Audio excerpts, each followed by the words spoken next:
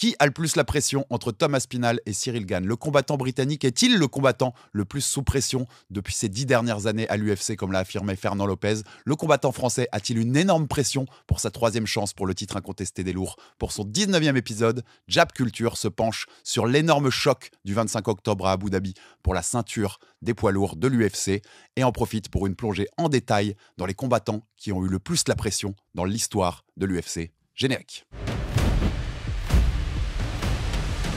Et on se retrouve donc pour ce 19e épisode de Jab Culture avec Aldric Cassata, toujours au Canada. Mais si vous avez remarqué, le setup de fond a changé.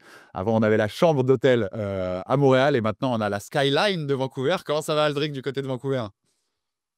Salut mon Alex, écoute, très bien, ça se passe bien. Aujourd'hui, c'est jour de cut, donc elle va être très longue cette journée, mais on est en avance sur le poids et tout, donc tout va très bien, les voyants sont peu ouverts. Et oui, parce qu'on cache rien à nos auditeurs, à la communauté de Jab Life. On enregistre cette émission le jeudi après-midi en France. Il est 6h du matin pour Aldric à Vancouver. Il a fait 3h30 à Montréal lundi, 6h à Vancouver. Là, on fait les tours des cadrans du matin avec Aldric au Canada. Et donc, vous écouterez cette émission quand vous l'écouterez. On sera le jour du combat, on sera samedi. Mais là, c'est jour de cut pour Manon Fiorot. Tout se passe bien, début de la Fight Week, Aldric? Ouais, très bien, très bien. Vancouver, c'est top. Les Canadiens nous ont très bien reçus avec et l'UFC aussi, donc non, il n'y a rien à dire, c'est toujours au top comme d'habitude. Eh, je connaissais le t-shirt de The Beast Manon Fiorot. Je l'avais vu à Montréal, mais on a la casquette là. Montre-nous un peu ça. Approche un peu de la caméra. Ça glow up, ça glow up. Ah là là là là, on prend du galon au niveau vestimentaire chez Manon Fiorot. Rappelle ce combat contre Jasmine Jasudavicius, c'est donc ce week-end, donc soyez là au rendez-vous dans cette UFC Fight Night Vancouver. Dernier point là-dessus, avant qu'on passe au thème de notre émission, Aldric, mais c'est quoi ces Niçois qui viennent mettre de la dissension chez les Canadiens à Vancouver? Puisque j'ai vu Ayman Zahabi réagir au Media Day au fait que l'équipe de Jasmine Jasudavicius n'était pas hyper contente que le Tristar et sa team soient avec vous, c'est ça? Ouais, en gros, si tu veux, ils ont l'habitude un peu historiquement, culturellement, d'être tous dans le même vestiaire pour ces UFC un peu spéciaux. Alors, il est utile de rappeler que depuis quelques années, il y a plus de très gros UFC. Il y en a eu un à Montréal pour le 315, justement, où il y avait des ceintures, mais sinon, habituellement, c'est un peu comme nous en France, c'est des UFC Paris un peu, tu vois. Ouais, assez régionaux, où il y a une Team Canada qui, culturellement, se met ensemble. Et en fait, là, Heyman a demandé de changer de vestiaire. Ils avaient fait ça d'ailleurs, comme ils l'ont toujours fait. Et Heyman a demandé de changer de vestiaire pour qu'on soit ensemble. Et ça a fait un petite remarque, enfin une grosse remarque du coach de Jasmine de Niagara Falls qui a dit qu'il ne comprenait pas quoi, pourquoi. Donc Heyman s'est justifié en disant que on avait bossé ensemble tout le temps, que Manon avait fait la plus grosse partie de son camp avec lui, qu'ils se sont entraînés ensemble et que aussi il roulait carrément pour Manon dans son pronostic. Donc non, c'était très. Mais après, c'est fidèle à Eman Zahabi qui est absolument un gentleman tout le temps, qui est super sympa, qui a une énergie exceptionnelle et qui est gentil comme tous les Québécois, quoi. C'est vraiment un peuple, une population qui est absolument au top. Et ceux qui ne l'ont jamais fait, allez au Canada, rencontrez ces gens et vous verrez que c'est vraiment un peuple exceptionnel. Ayman Zahabi, le frère de Firas, bien sûr, Zahabi du Tristar. C'est un coach de JSP et qui sera sur la carte aussi, on vous l'avait expliqué lundi, avec ce combat contre Chito Vera. C'est bien, vous mettez des petites pensées parasites dans la tête de la Canadienne, c'est bien. À l'extérieur, mais un peu à domicile, ça fait plaisir. Écoute. Là, on a foutu un sacré boxon. Ouais, il faut. Donc rendez-vous ce week-end pour ce combat de Manon. On en parlera bien sûr lundi. Aldric sera toujours au Canada parce que c'est lundi que vous repartez, c'est ça tu m'as dit. Donc on enregistrera depuis le Canada. Et puis tu seras de retour avec nous en fin de semaine prochaine dans les studios Ricordia à Nice, bien sûr, d'abord pour un Jab Culture. Et puis surtout, on vous le rappelle, le 25 octobre, ce Gane Aspinall dont on va vous parler déjà dans cet épisode de Jab Culture aujourd'hui. On sera en live sur YouTube. Il y aura du public avec nous, mais tous ceux qui n'ont pas pu être sélectionnés ou venir dans le public, vous pourrez tous être avec nous en live sur YouTube. On vous commentera ça. C'est une première pour Jab Life. Donc rendez-vous le 25 octobre. Petite cerise sur le gâteau, j'ai tilté ça tout à l'heure. Tu as vu dans nos messages, c'est les 6 mois de la chaîne. Ce sera les 6 mois de Jab Life. On fêtera les bougies Ouais. en live, Aldric. Mais Alex, oui, un tout petit mot avant de démarrer. Les gars, j'ai reçu au moins 25 messages. Ouais, je suis dégoûté, j'aurais voulu être là. Alors du coup, j'ai pas répondu individuellement sur Insta, je vous réponds en live. Les gars, il va y en avoir. Peut-être pas toutes les semaines, mais on va en faire de façon récurrente. Vous allez tous venir, vous inquiétez pas. J'ai reçu avec moi, j'ai plus de 20 messages, Alex. Ouais, je suis dégoûté, j'habite à Nice, j'ai pas été sélectionné. Les gars, ça revient très vite. Laissez-nous faire la première, on s'organise, on voit les retours que ça fait. et on réorganisera très prochainement, c'est promis. Ouais, complètement. Il n'y aura pas que des événements comme ça live. On vous permettra aussi d'assister à nos émissions, Aldric et Herbie, au Jab Culture, par exemple. Donc, vous inquiétez pas, il a raison. J'en ai reçu aussi, Aldric. Il y aura du monde qui pourra revenir dans les studios. C'est promis, c'est une première, mais surtout pas une dernière. Comme d'habitude aussi, avant qu'on entame notre thème, abonnez-vous sur YouTube, sur Insta, sur toutes les plateformes. Donnez-nous de la force, commentaires, pouces bleus. Faites-nous avancer ce bousin. On continue de développer ce Jab Live qui aura donc ces 6 mois, le 25 octobre, pour ce choc ceinture incontestée des poids lourds UFC 321 à Abu Dhabi. Tom Aspinall, le champion incontesté depuis la retraite de John Jones. Il était avant champion intérimaire qui défend contre Cyril Gane, notre bon gamin national qui a sa 3e chance de titre incontesté chez les lourds après les défaites contre Francis Ngannou en 2022 et contre, bien sûr, John Jones. Ça, c'était en 2023. Aldric, on voulait, bien sûr, c'est le gros morceau de cette fin d'année pour le MMA français. Donc, on voulait faire plusieurs émissions. Lundi, vous aurez la grosse preview. On reviendra sur beaucoup de choses, les forces et faiblesses en présence, les camps qui ont été faits, parce qu'on sait que Cyril a fait un camp très très sérieux. Aujourd'hui, on voulait, dans le Jab Culture, comme d'habitude, prendre un angle un peu plus décalé et rebondir sur la pression autour de cet événement. Je le disais, première défense de titre incontestée pour Aspinall, 3e chance de titre incontestée pour Cyril Gane. Et cette idée de pression autour, elle me vient aussi d'une déclaration de Fernand Lopez. C'était chez Ariel Elwani, donc le coach, bien sûr, de Cyril Gane, que vous connaissez, et qui dit, je cite, Aldric, c'était en anglais, mais je vais traduire, bien sûr: Tom Aspinall a plus de pression sur lui que n'importe quel combattant a expérimenté ces 10 dernières années. Est-ce que vous imaginez ce qui se passe si Tom Aspinall n'est pas au rendez-vous et ne tient pas ses promesses le 25 octobre? Ce sera, la phrase en anglais, c'est That will be behind an embarrassment, donc c'est plus que de l'embarras. Pourrait traduire, moi quand j'ai demandé à traduire dans les outils de traduction, la traduction c'était ce serait une honte. Déjà, Aldric, avant de rebondir sur ça et sur qui a le plus de pression en vrai, un petit mot sur ça. C'est du Fernand comme on connaît. Psychologie inversée, et je mets un bon coup de pression sur Thomas Pinal, on est d'accord? Mais il est très fort, le Fernand, parce qu'en fait, il faut comprendre, il ne faut pas en vouloir au coach et au manager. Ce genre de travail, c'est normalement le combattant qui le fait, mais on sait que Cyril, il est, c'est une des personnes, c'est un des humains les plus gentils au monde, Cyril Gane. Donc, bien sûr que je pense qu'il s'avère que il n'est pas capable de faire ça, mais quand je dis pas capable, c'est c'est parce qu'il veut pas, il est contre ce genre de choses. Et donc vraiment très intelligemment compense, un peu comme le ferait un Ali Abdelaziz avec Ankalaev. Tu vois, quand il y a des manques de communication du facteur et qu'il y a une volonté de mettre un peu le trouble, et ce qui se fait, hein, parce que sans plaisir à mon Alex, je pense que le Conor Aldo, il marche comme ça juste parce qu'il lui est rentré dans la tête Conor pendant les différentes conférences de presse. Et ça a sa place dans le sport de haut niveau, et c'est comme ça que ça se passe.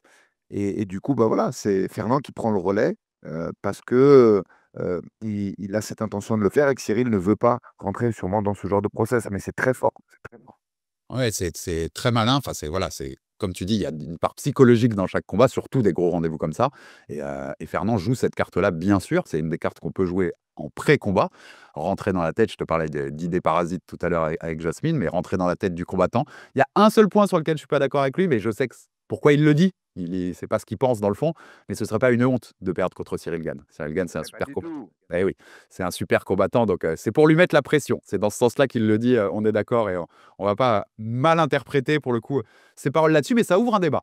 On va d'abord ouvrir le débat là-dessus, puis on vous donnera, je me suis amusé avec cette déclat, puisqu'il dit c'est celui qui a le plus de pression ces 10 dernières années, donc je l'ai pris au pied de la lettre et je t'ai fait un peu, depuis le début de l'histoire de l'UFC, les combattants qui ont eu le plus de pression. On va s'amuser à revenir sur ces pans d'histoire, comme on fait un peu dans Jab Culture, parce que tu vas voir qu'il y en a eu des sacrés, hein. Je sais que tu connais aussi ton histoire de l'UFC.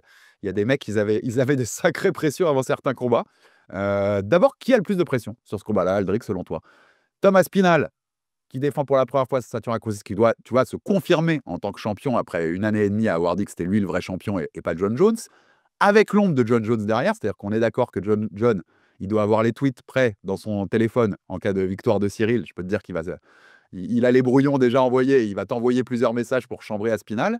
Euh, c'est lui qui a le plus de pression, ou c'est Cyril qui a son 3e title shot? Et tu peux te dire, pas sûr qu'il en ait un tout de suite, voire même qu'il en ait un encore, s'il rate cette 3e chance de titre. Qu'est-ce que tu en penses sur le côté qui a le plus de pression avant ce rendez-vous? Non, les deux. Je vais être honnête avec toi, le building qui est derrière moi, là, le titre de l'UFC, c'est ça, la pression. C'est-à-dire que maintenant, c'est pas. Les deux, ils ont une pression de la taille d'un building américain. parce que la ceinture de l'UFC, dans ses enjeux marketing, publicitaire, legacy, c'est énorme. Et je te dis, je l'ai dit dans un précédent podcast, je crois, un Aldric et Herbie, je pense que tu sens la pression à l'UFC à deux moments, quand tu rentres ton premier combat et quand tu fais la ceinture. C'est pas la ceinture pour la première fois, la ceinture de l'UFC. À chaque fois que tu la fais, tu as une pression. La question est de savoir, maintenant qu'on a compris que ce facteur-là, c'est puissance max, c'est infini la pression, qui va le mieux la gérer? Ça, c'est plutôt, à mon avis, l'orientation du débat que tu vas voir, parce que la pression, ils l'auront tous les deux. Parce qu'ils savent très bien, Cyril, il est loin d'être bête, et Espinal, il a été champion au PZ, donc il voit que ça déclenche son partenariat avec Champion, qui est très lucratif, et les autres partenariats qui arrivent derrière, avec Monster, avec V-Chain, avec la plupart des gros partenaires satellites de l'UFC. On parle de très grosses sommes qui sont générées et ta vie, elle change. Déjà, quand tu arrives dans le top 5 en termes de sponsors, tu arrives à véhiculer des revenus intéressants, mais quand tu es champion, c'est absolument une folie. C'est pour ça que Grasso elle avait retardé l'échéance au maximum, parce que les revenus sont considérables. Là, tu passes au rang, pas de superstar, mais tu passes au rang de visage de l'organisation. Donc la pression, elle est colossale. La seule question, c'est qui va le mieux la gérer? Est-ce que Cyril, il va réussir à faire du Cyril et être en retrait de l'événement comme il fait toujours un peu, tu vois? Oui, la seule fois où il l'avait pas fait, c'était contre John. Ou est-ce que ça va être difficile comme ça avait été le cas contre John Jones? Moi, je pense que ça va glisser pour Cyril parce il y a moins d'attaques personnelles cette fois-ci que ne l'avait fait John Jones. Et quant à Spinal, bien sûr qu'il a la pression aussi, parce que parce que c'est la première fois finalement qu'il défend son titre. Donc, un titre qu'il a gagné dans des circonstances un peu spéciales. On rappelle que, je ne sais pas si c'est la première fois, hein, mais c'est un titre intérimaire qui s'est transformé. Donc, c'est pas tous les jours. Je ne sais même pas si c'est déjà arrivé, pour être honnête. Donc, voilà, la pression, elle est colossale avec. Il y a dû avoir. Attends, dans la tête, j'ai quelques mais j'ai pas d'exemple précis.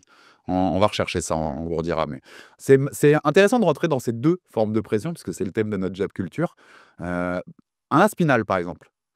Pour toi, il a une pression même de, comme tu dis, il faut confirmer que tu es champion. Parce qu'en vrai, pour l'instant, il a été intérimaire, mais il n'a pas de victoire pour un titre incontesté à l'UFC. Ce serait sa première. Est-ce qu'il y a aussi une pression? Je disais, il y a l'ombre de John Jones derrière. On en a parlé déjà 10 fois dans cette émission. Le Jones gagne. Si tu refais 10 fois le combat, sans doute que le scénario n'est pas pareil. Ça ne veut pas dire que John Jones ne gagne pas, mais ce scénario des 2 minutes, tout a été en faveur de John Jones ce soir-là, dans la façon dont s'est passé le combat. Est-ce qu'il y a une forme de pression, tu crois? Chez Aspinall, qui en plus est connu pour ses victoires hyper expéditives. C'est le mec qui a le temps moyen le plus bas, tu sais, passé dans la cage, après, avec plus de 5 combats, je crois, à l'UFC. Est-ce qu'il y a cette pression de se dire, faut que je fasse peut-être mieux que John Jones? Ou en tout cas pas loin de ça. Et que tu vois, si en gros je lamine pas Cyril gagne, eh ben l'autre il va pas me lâcher. Même si je gagne. Tu crois que ça rentre ça dans sa tête? Je pense que, ouais, il y a ça et il y a principalement le fait que, pour moi, c'est comme s'il remettait en jeu une ceinture neuve dans une nouvelle catégorie. Il n'a pas gagné cette ceinture et tu sais, dans la tête d'un combattant qui a besoin de cocher des cases pour se rassurer, ben, il le sait très bien qu'il n'a pas gagné cette ceinture. En fait, en vrai, là, c'est deux champions. Si tu regardes bien d'un point de vue purement sportif, c'est deux champions intérimaires et ex-champions pour Cyril qui s'affrontent. La vérité, c'est ça les faits. C'est que Aspinal, il a pris une ceinture intérimaire contre Pavlovich. Cyril, il avait pris une ceinture intérimaire contre Lewis. Et maintenant, ils s'affrontent. Donc, la pression, elle est euh, complètement équivalente, en sachant qu'il y a Jones derrière qui a manifesté un retour, même si j'ai l'impression que ça traîne des pieds, hein, à l'UFC et qu'à part pour la Maison-Blanche, je ne suis pas sûr qu'il le fasse. Ils ont envie d'écrire une page blanche dans cette division des poids lourds. Donc, je pense que Aspinall notamment, il n'a pas d'acquis pour se rassurer. Oui, il a une belle win streak à l'UFC, mais déjà, il avait été très actif. Et je te dis, moi, j'ai toujours cette interrogation sur cette blessure du genou, parce que je trouve que ses prestations après ça se sont dégradées après le Curtis Blade 1, qui était à Londres, si je ne dis pas de bêtises. Donc, je pense que lui-même le sait, que c'est un peu moins bien, même s'il a fait un très très gros combat contre Pavlovich.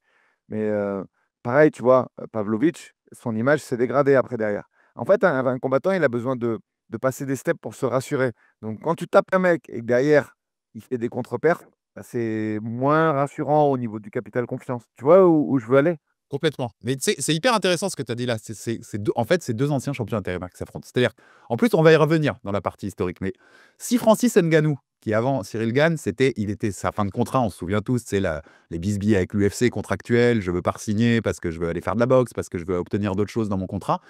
Imaginons, pour une raison ou une autre, l'UFC aurait pété un plomb, aurait dégagé Ngannou avant ce combat-là. Cyril serait devenu champion incontesté, comme Aspinal l'est aujourd'hui. Donc, tu vois, il y a un monde où ça aurait pu arriver. Donc, c'est ces deux champions intérimaires qui s'affrontent.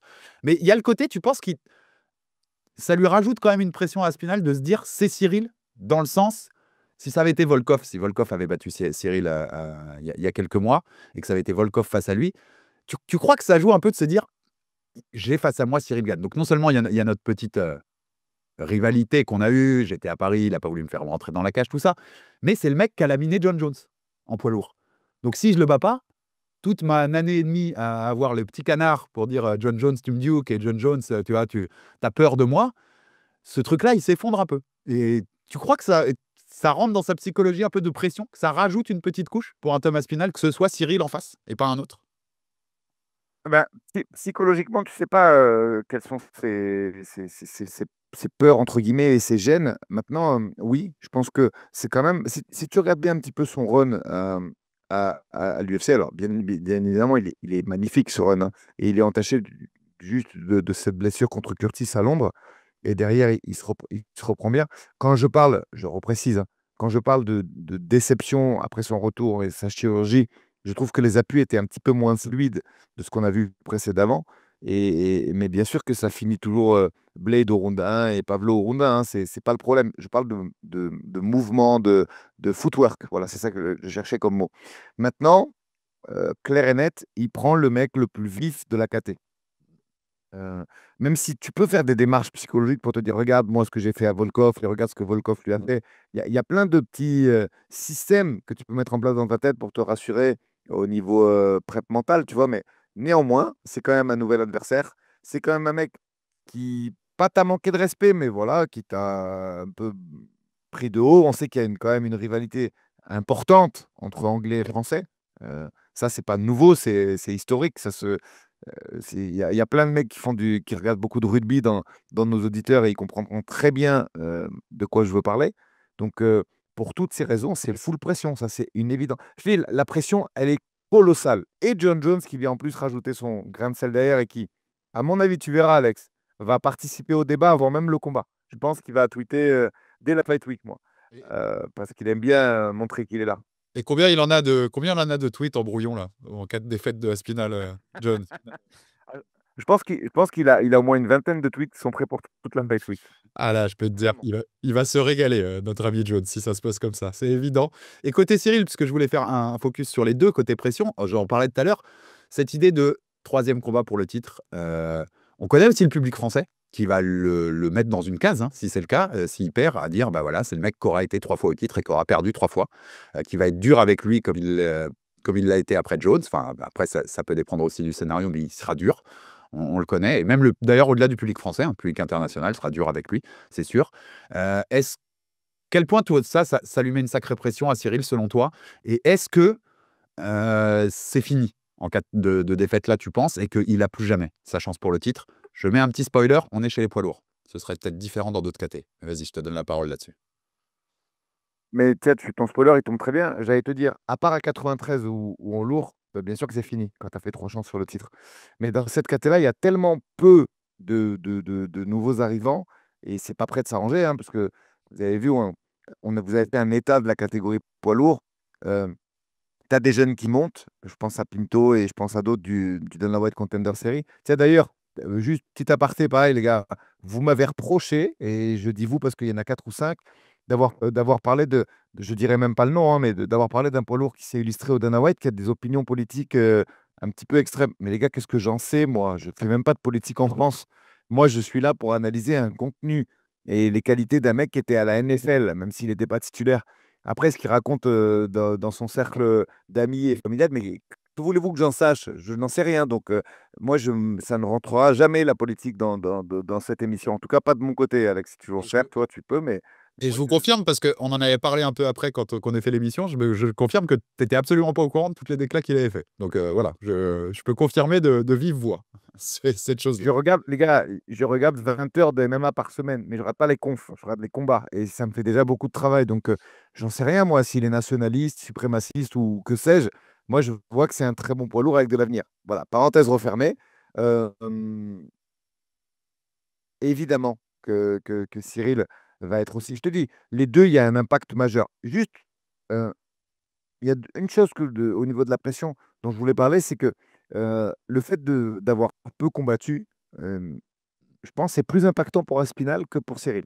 Cyril, c'est un peu toute sa carrière qui a été faite un peu comme ça. On sait qu'il aime prendre son temps, mais c'est pas un mec, c'est pas un boulimique de ce sport. Il a beaucoup de loisirs qui sont parallèles à sa carrière, la musique, maintenant il est acteur ici également. Et du coup, là-dessus, le fait de ne pas être très présent, je rappelle que Aspinal, sur ses premières années, il combat 3 fois par an. C'est énorme pour un poids lourd. C'est un mec qui s'entraîne beaucoup. Et je pense que l'inactivité, on ne peut pas parler de ring rust, hein, mais l'inactivité des deux, par contre, elle est plus préjudiciable à Aspinal qu'à Cyril. Plus d'un an, hein, sans combattre, on rappelle, pour Thomas Pinal, au moment de rentrer dans la cage à Abu Dhabi. C'est énorme, hein, en vrai. Pour un mec qui, t'as raison, qui est en plus qui est vraiment complètement dans son sport et qui était très actif jusqu'à, enfin, un peu moins depuis sa blessure. Il y a eu l'attente de John Jones, on sait, il espérait, il l'a expliqué plusieurs fois. On lui a dit que le combat aurait lieu et finalement, il n'a jamais eu lieu. Donc, il n'a pas fait exprès d'attendre, mais c'est la réalité. Il y a plus d'un an sans cage. Vous avez connu ça, toi, avec Manon pour Valentina aussi, Aldric. C'est pas juste une anecdote, ça. Ça peut compter dans un combat, énormément. Exactement, c'est pas un fait, c'est un paramètre vraiment à prendre en compte, surtout pour un mec qui, sur les 4 dernières années, a l'habitude de combattre 3 fois par an sur certaines années. Tu vois, c'est énorme, énorme pour un poids lourd. Il a des 2021, 2020, il devait combattre 4 fois, il a 2 combats annulés, 2021, 3 fois, 2022, 3 fois, 2023, 2 fois. Voilà. Donc, l'inactivité chez Aspinal, ce n'est jamais arrivé. Euh, il a cette blessure qui a freiné un peu. Là, il a ça. Ça peut changer beaucoup de choses. Ça peut changer beaucoup de choses. Non, non, ça, c'est vraiment, je suis d'accord, un paramètre à prendre en compte. Et oui, tu as raison, on est chez les poids lourds. Pour finir sur ce dossier Gann et la pression, derrière ça, tu perds contre Aspinal, mais tu bats Almeida, puis tu bats Volkov dans une trilogie pour, tu vois, pour mettre pour de bon derrière toi la polémique qui était légitime d'ailleurs sur qui avait gagné le deuxième combat. Eh ben, même si Aspinal a gardé sa ceinture d'ici là, t'es relégit en fait. Dans cette caté-là où il y a pas grand monde, t'es très vite relégit. Est-ce qu'il restera Est-ce que c'est quelque chose qui le motivera encore, Cyril? Ça, c'est une autre question. Voilà. Dans le film RMC Sport qui lui est consacré, ils mettent pas la réponse, d'ailleurs, c'est un peu frustrant, mais enfin, ils mettent le début de la réponse où on lui pose la question, est-ce qu'il pourrait prendre sa retraite? Moi, je l'ai toujours dit, je pense que c'est une possibilité réelle, s'il perd là. De dire, bah, je vais me consacrer au cinéma. Et tu vois, c'est pas un amoureux du MMA et c'est pas un reproche que je fais, c'est un fait. Il l'a toujours dit, Cyril. Je suis pas sûr qu'ils disent pas ras-le-bol, entre guillemets, et je passe à autre chose dans ma vie. Mais s'il continue, il y a une possibilité d'avoir une quatrième chance, hein. C'est les poids lourds, hein. Non, mais là, attends, Alex, je vais être encore plus direct. Ce sera entre les mains de Cyril parce que là, même, admettons, le combat est serré. Admettons, le combat est serré. Qu'est-ce qui les empêche de faire une revanche? Je Il y a sais. qui derrière qui. Si, John Jones, on ne sait pas ce qui va se passer. On sait juste que, d'après moi, hein, ça n'engage que moi, si pour la revanche, il risque de demander, pour la revanche, pour le combat à la Maison-Blanche, pardon, il risque de demander 40 millions ou 30 millions de dollars, ça c'est une certitude. Donc, c'est pas dit qu'il lui donne, un. Et deux, si le combat est serré, qu'est-ce qui nous dit que l'UFC va pas vouloir faire une revanche? Après, est-ce que Cyril va vouloir le faire? Ça, c'est un autre débat qui est, euh, qui lui appartient à lui. Mais aujourd'hui, la KT Polo, on peut pas dire qu'il y a un prétendant qui arrive derrière, quoi. Tu sais, Non.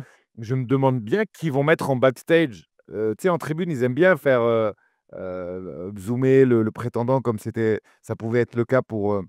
C'était quel combat la dernière fois? C'était pour la ceinture des 93, Oui. où il y avait tout le monde en bas avec le petit costume, avec le machin. Je suis là, je suis là, je suis là, je suis là. Hulberg et Ouais, Prochaska qui étaient là.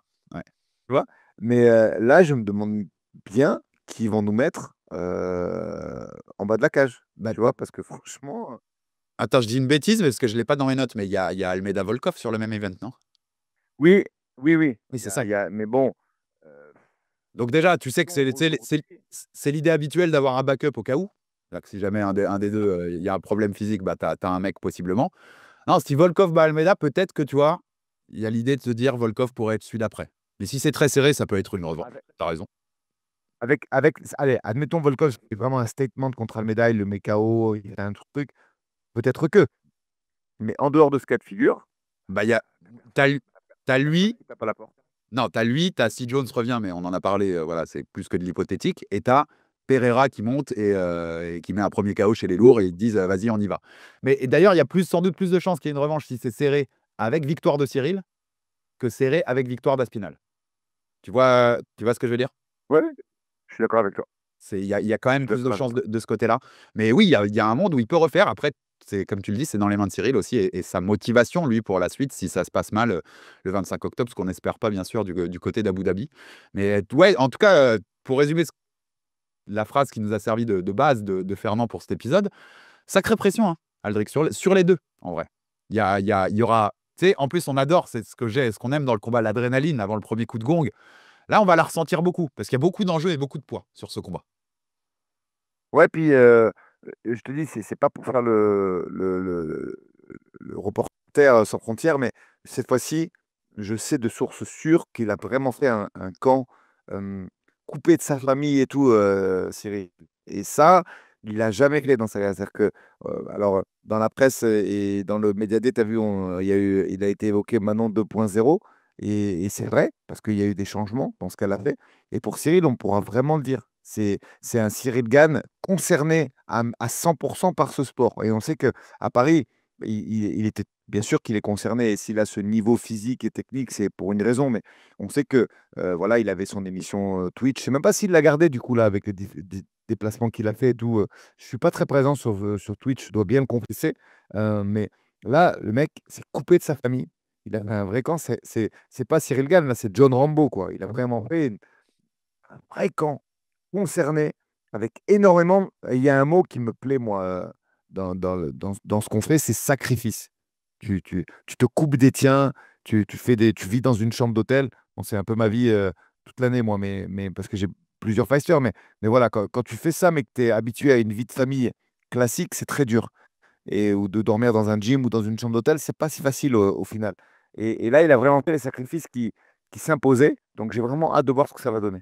Et sans avoir la date, enfin, parce que je m'en souviens pas, mais non, je crois que ça fait longtemps qu'il n'a pas fait d'émission sur Twitch. Et en effet, le camp, on en parlera lundi. On détaillera bien lundi quand on fera aussi la preview technique du combat et de sa préparation. Il y a notamment, pour le coup, sur Twitter, un thread du compte Salgos qui explique tout ce qu'il a fait dans tout le camp, avec qui il a tourné et tout. Et c'est vrai que c'est un vrai camp. Là, et il le dit dans le film d'RMC, je crois qu'il y a la phrase de Cyril où il dit il n'y aura pas de regret après ce que j'ai fait là. Je pense qu'en effet, les sacrifices sont là, Ouais. ou les sacrifices ont été présents. Justement, c'est pour ça que je tease un peu ce qu'on va développer lundi, mais parce qu'en fait, ça a une raison à ça. Des fois, ça peut aussi te mettre la pression. Oui. Tu vois où je veux en venir, Alex? J'ai pas fait tout ça pour rien, j'ai pas sacrifié tous ces moments où j'ai pas vu mes enfants pour rien. Donc, en fait, ça va dans les deux sens. Le sacrifice, il est nécessaire pour la performance, mais le fait d'avoir changé des choses peut aussi te mettre une pression là où il n'y en avait pas avant parce que tu changeais pas beaucoup ta vie. Tu vois? Donc, en fait, il y a beaucoup de paramètres et on ne sait pas comment eux, psychiquement, psychologiquement, ils vont les gérer. Quand je dis eux, c'est vraiment les deux parce que euh, il y a plein de facteurs qui font que la pression va être doublée, voire triplée par rapport à ce qu'ils avaient proposé à l'UFC quand ils n'étaient pas champions. Et en fait, maintenant, la clé, c'est, OK, il y a cette pression, il y a un building qui te repose sur la tête, comment tu la gères? Et je pense vraiment que encore plus que les armes techniques et technico-tactiques qu'on va dérouler lundi, il y a vraiment un très gros facteur, mais c'est même pas un facteur X, c'est énorme sur comment tu vas gérer cette pression par rapport à tout ça. Ouais. Et ce que tu as dit là, ça peut même avoir des conséquences sur ce qu'on parlait il y a 5 minutes, sur l'après. C'est-à-dire que si en cas de défaite, tu peux te dire, mais attends, j'ai fait tout ça, et c'est encore tu vois, et j'ai toujours pas ce titre, et ben basta. Et ben basta, et je passe au cinéma, je passe à autre chose. Ça peut encore plus pousser à cette réflexion-là. Évidemment, Vu que tu as dit ça. évidemment, évidemment. Et lundi, on évoquera aussi, moi j'ai trouvé un truc super intéressant qui est développé, là je vous invite à aller le voir parce que c'est un super papier un ami de longue date de RMC sur le web à l'écrit qui s'appelle Clément Chailloux et qui a développé ça avec les déclats de Fernand qu'il avait donné à RMC sur les techniques, les méthodes utilisées par Fernand pendant ce camp pour faire ressortir un peu la violence de chez Cyril par rapport à t'en parlais tout à l'heure, à son tempérament, plutôt très gentil, à le sortir un peu plus de sa zone de confort à ce niveau-là, mais au niveau mental, tu vois, psychologique et approche du combat. On vous fera un gros point, je vous ferai un gros point là-dessus parce que c'est hyper intéressant, je trouve, et tu m'en diras voilà, ce que toi, le coach, en pense, parce que je pense que c'était en effet un truc pour mettre all-in sur la table et pas avoir de regrets. Il fallait faire les choses qu'ont utilisé Fernand et on vous en dira plus lundi dans la grosse preview. On reste sur notre côté pression. Tu voulais rajouter avant qu'on passe à l'historique? Ouais, non, alors là, un mot, mais vraiment un tout petit mot, une phrase plutôt. Pareil, très grosse sensibilité dans notre communauté de Jab Life sur la prépa mentale. Mais énorme, Alex. J'ai reçu plein, plein de messages. Donc, je vois Eric Cara, on va se boire sûrement un café aujourd'hui ou demain. Donc, on va en parler pour le faire venir. Et moi, je te dis, j'aimerais bien faire ça à quatre, c'est-à-dire avec une préparatrice mentale dont je parlais la dernière fois, Héloïse, qui serait là en physique, Alex et moi, bien sûr, et Eric dans le petit écran, quoi. Donc, on va voir comment on peut faire ça. Et parce que, pareil, Alex, je te jure, j'ai reçu plein de messages, et même en commentaire sur YouTube.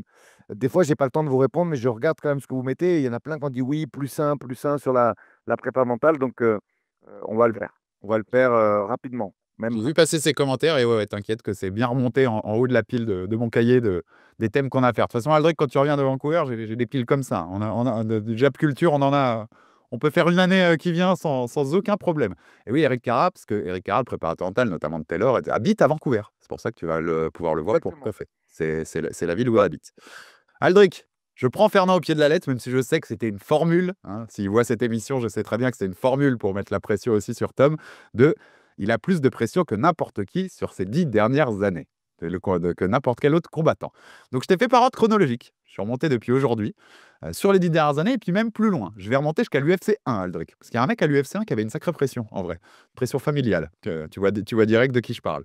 Mais Ouais. sur les gens qui avaient beaucoup de pression avant un combat UFC, tu me dis à chaque fois voilà ce que tu en penses au niveau pression, pas forcément si c'est plus ou moins que Aspinall ou Gann pour ce combat-là, mais tu vois le niveau de pression que tu penses qu'avaient ces mecs-là à ce moment-là. Le premier que j'ai noté, moi, UFC 298, février 2024, Monsieur Ilia Topuria arrive affronter Monsieur Alex Volkanovski pour la ceinture des featherweight, des moins de 66 kilos. Sur Insta, il a changé sa bio pour mettre UFC Champion. Il annonce plusieurs jours avant que quelques jours après le combat sortira un documentaire qui s'appelle La route vers la ceinture, donc qui lui est consacré. Donc en gros, il a gagné ce fight. Alors il va le gagner, il va mettre KO Volkanovski. Mais quel niveau c'est de pression de faire ce genre de truc avant d'avoir ta première chance pour le titre, Aldric? Alors là, on est à alors là, c'est pas, c'est les puissances max, là. Lui, il est vraiment dans une planète différente. Mais je voulais parler. J'ai un peu écouté ce qui se faisait en prépa mentale de son côté, et j'aime bien. Et ça se rapproche un petit peu avec une partie du travail que Manon fait aujourd'hui. En fait, l'échéance, il la laisse de côté. Et je trouve ça très intéressant. Et selon le dogme et la religion, tu peux même laisser ça entre les mains du Seigneur. Et j'aime bien aussi, d'ailleurs, tu veux, philosophiquement. Et en fait, il fête la fin d'un camp sans blessure. Et je trouve l'idée très intéressante. Et je trouve qu'elle est capable, si elle est bien interprétée, de te dégager beaucoup de pression, de t'en enlever, tu vois. Donc, en fait, tu pars du principe que tu ne t'es pas blessé, ton poids, il est sur le rail suffisant par la personne qui gère ta diète. Et donc, voilà, tu fêtes la fin de ce camp qui a pu se faire à 100%, où tu t'es donné corps et âme. Et le combat n'a plus d'importance, entre guillemets, puisqu'il est entre le. Il y en a qui disent bah, c'est Dieu qui décide, ou de toute façon, j'ai fait de mon mieux, euh, tout va se passer dans la cage. Et Topuria, il est un peu dans cette orientation-là que j'aime beaucoup. Moi, Mais la vérité, c'est un truc. Et on en a parlé avec son coach de boxe, t'as raison, c'est hyper intéressant, je trouve cette approche-là. Mais son UFC Champ sur Insta, avant le combat, c'est de la visualisation. Parce que ce qui est marrant dans ces trucs historiques, on va voir, il y a la pression que les mecs se mettent eux-mêmes, il y a la pression des fois que tu as par l'extérieur, il y a la pression du contexte, il y a différentes formes de pression avant un combat. Mais là, tu te mets la pression ou c'est de la visualisation, tu vois, presque un truc de. Non, je pense qu'il visualise, moi. Moi, je pense qu'il visualise et qu'en fait, il se dit, bah, voilà, c'est bon, j'ai tout fait bien, je vais gagner ce combat, et il commence à marquer les trucs. Je pense que d'un certain côté, ça doit même le rassurer, tu vois, de le voir marquer sur sa bio Insta, parce que on sait que les combattants, il faut leur enlever le téléphone de force, quasiment, quand ils sont en fatigue, parce que ils ont besoin un peu de cette force qui est donnée par leur communauté et leurs fans. Et ouais, je pense que moi, c'est plutôt un truc rassurant. C'est pas du tout pour clasher ni pour faire parler de lui. C'est vraiment quelque chose qui le rassure, de le voir écrit sûrement. Ouais, je vois ce que tu veux dire. Je continue mon déroulé chronologique. Tu vois. À la fin, on se dira peut-être quel était de tous ceux qu'on a dit, celui qui avait peut-être la plus grosse pression. On se décidera qui a été le plus haut là-dessus. Je vais faire que l'UFC, mais j'ai mis une parenthèse quand même dans ma chronologie parce que septembre 2023, quand même, Aldric, qu'on aime ou qu'on n'aime pas, quand t'es Cédric Doumbé, quand t'as fait tout ce que t'as dit depuis des semaines et des semaines, alors c'était comme ça qu'il faisait en kickboxing aussi, pour ceux qui ont suivi sa carrière, pour le coup. Mais quand en plus tu finis dans la cage par faire crier Jordan, et on sait tout ce qu'il faisait crier au public, et qu'ensuite tu pars au face-à-face et le combat il est dans 10 secondes, c'est quand même. Cédric, ce soir-là, Aldric, il s'est quand même mis une sacrée. Tu vois, je disais, les mecs qui se mettent la pression eux-mêmes, t'avais pas le droit de te louper, hein. Alors c'est l'idéal ce qui s'est passé derrière, 9 secondes, on s'en souvient, mais t'as pas le droit de te louper quand t'as fait tout ce qu'il a fait là. C'est fou quand même. Ah, mais lui, il est très fort sur ça. Il faut reconnaître, hein, Cédric Doumbé, c'est un showman, et c'est, je pense, aujourd'hui, le seul mec qui a réussi à monter un petit peu la rente d'un combat et d'un show à ce niveau-là. Et on a bien vu, hein, pour que des mecs, les footballeurs, ils sont sur une stratosphère par rapport à certains humains normaux pour des raisons financières. C'est des mecs qui gagnent des millions et des millions. Donc, si quand il est en repos, un footballeur, il a envie d'aller à Vegas sur un aller-retour, bah, c'est jet privé, c'est Vegas. C'est des choses qui sont largement dans leurs moyens, tu vois. Puisqu'on parle de mecs au PSG qui gagnent le minimum, c'est peut-être 3 ou 4 millions d'euros par an. Et encore, c'est vraiment le minimum, hein. C'est bien, bien, bien supérieur à cette somme pour certains. Mais ces mecs-là sont venus, se sont déplacés dans une salle parisienne pour voir ce combat. Sur une carte qui, rappelez-vous, n'était pas ouf du tout, d'ailleurs, en dehors de cet affrontement Aldric, contre Jordan. je te coupe. Ils ont un match ce jour-là, hein. Je crois que c'est à Lorient, dans l'après-midi. Les mecs viennent après leur match, le même Ouais, jour. tu vois ce que je veux te dire? C'est fou. Donc, Cédric, pour ça, il est exceptionnel. Il faut lui reconnaître.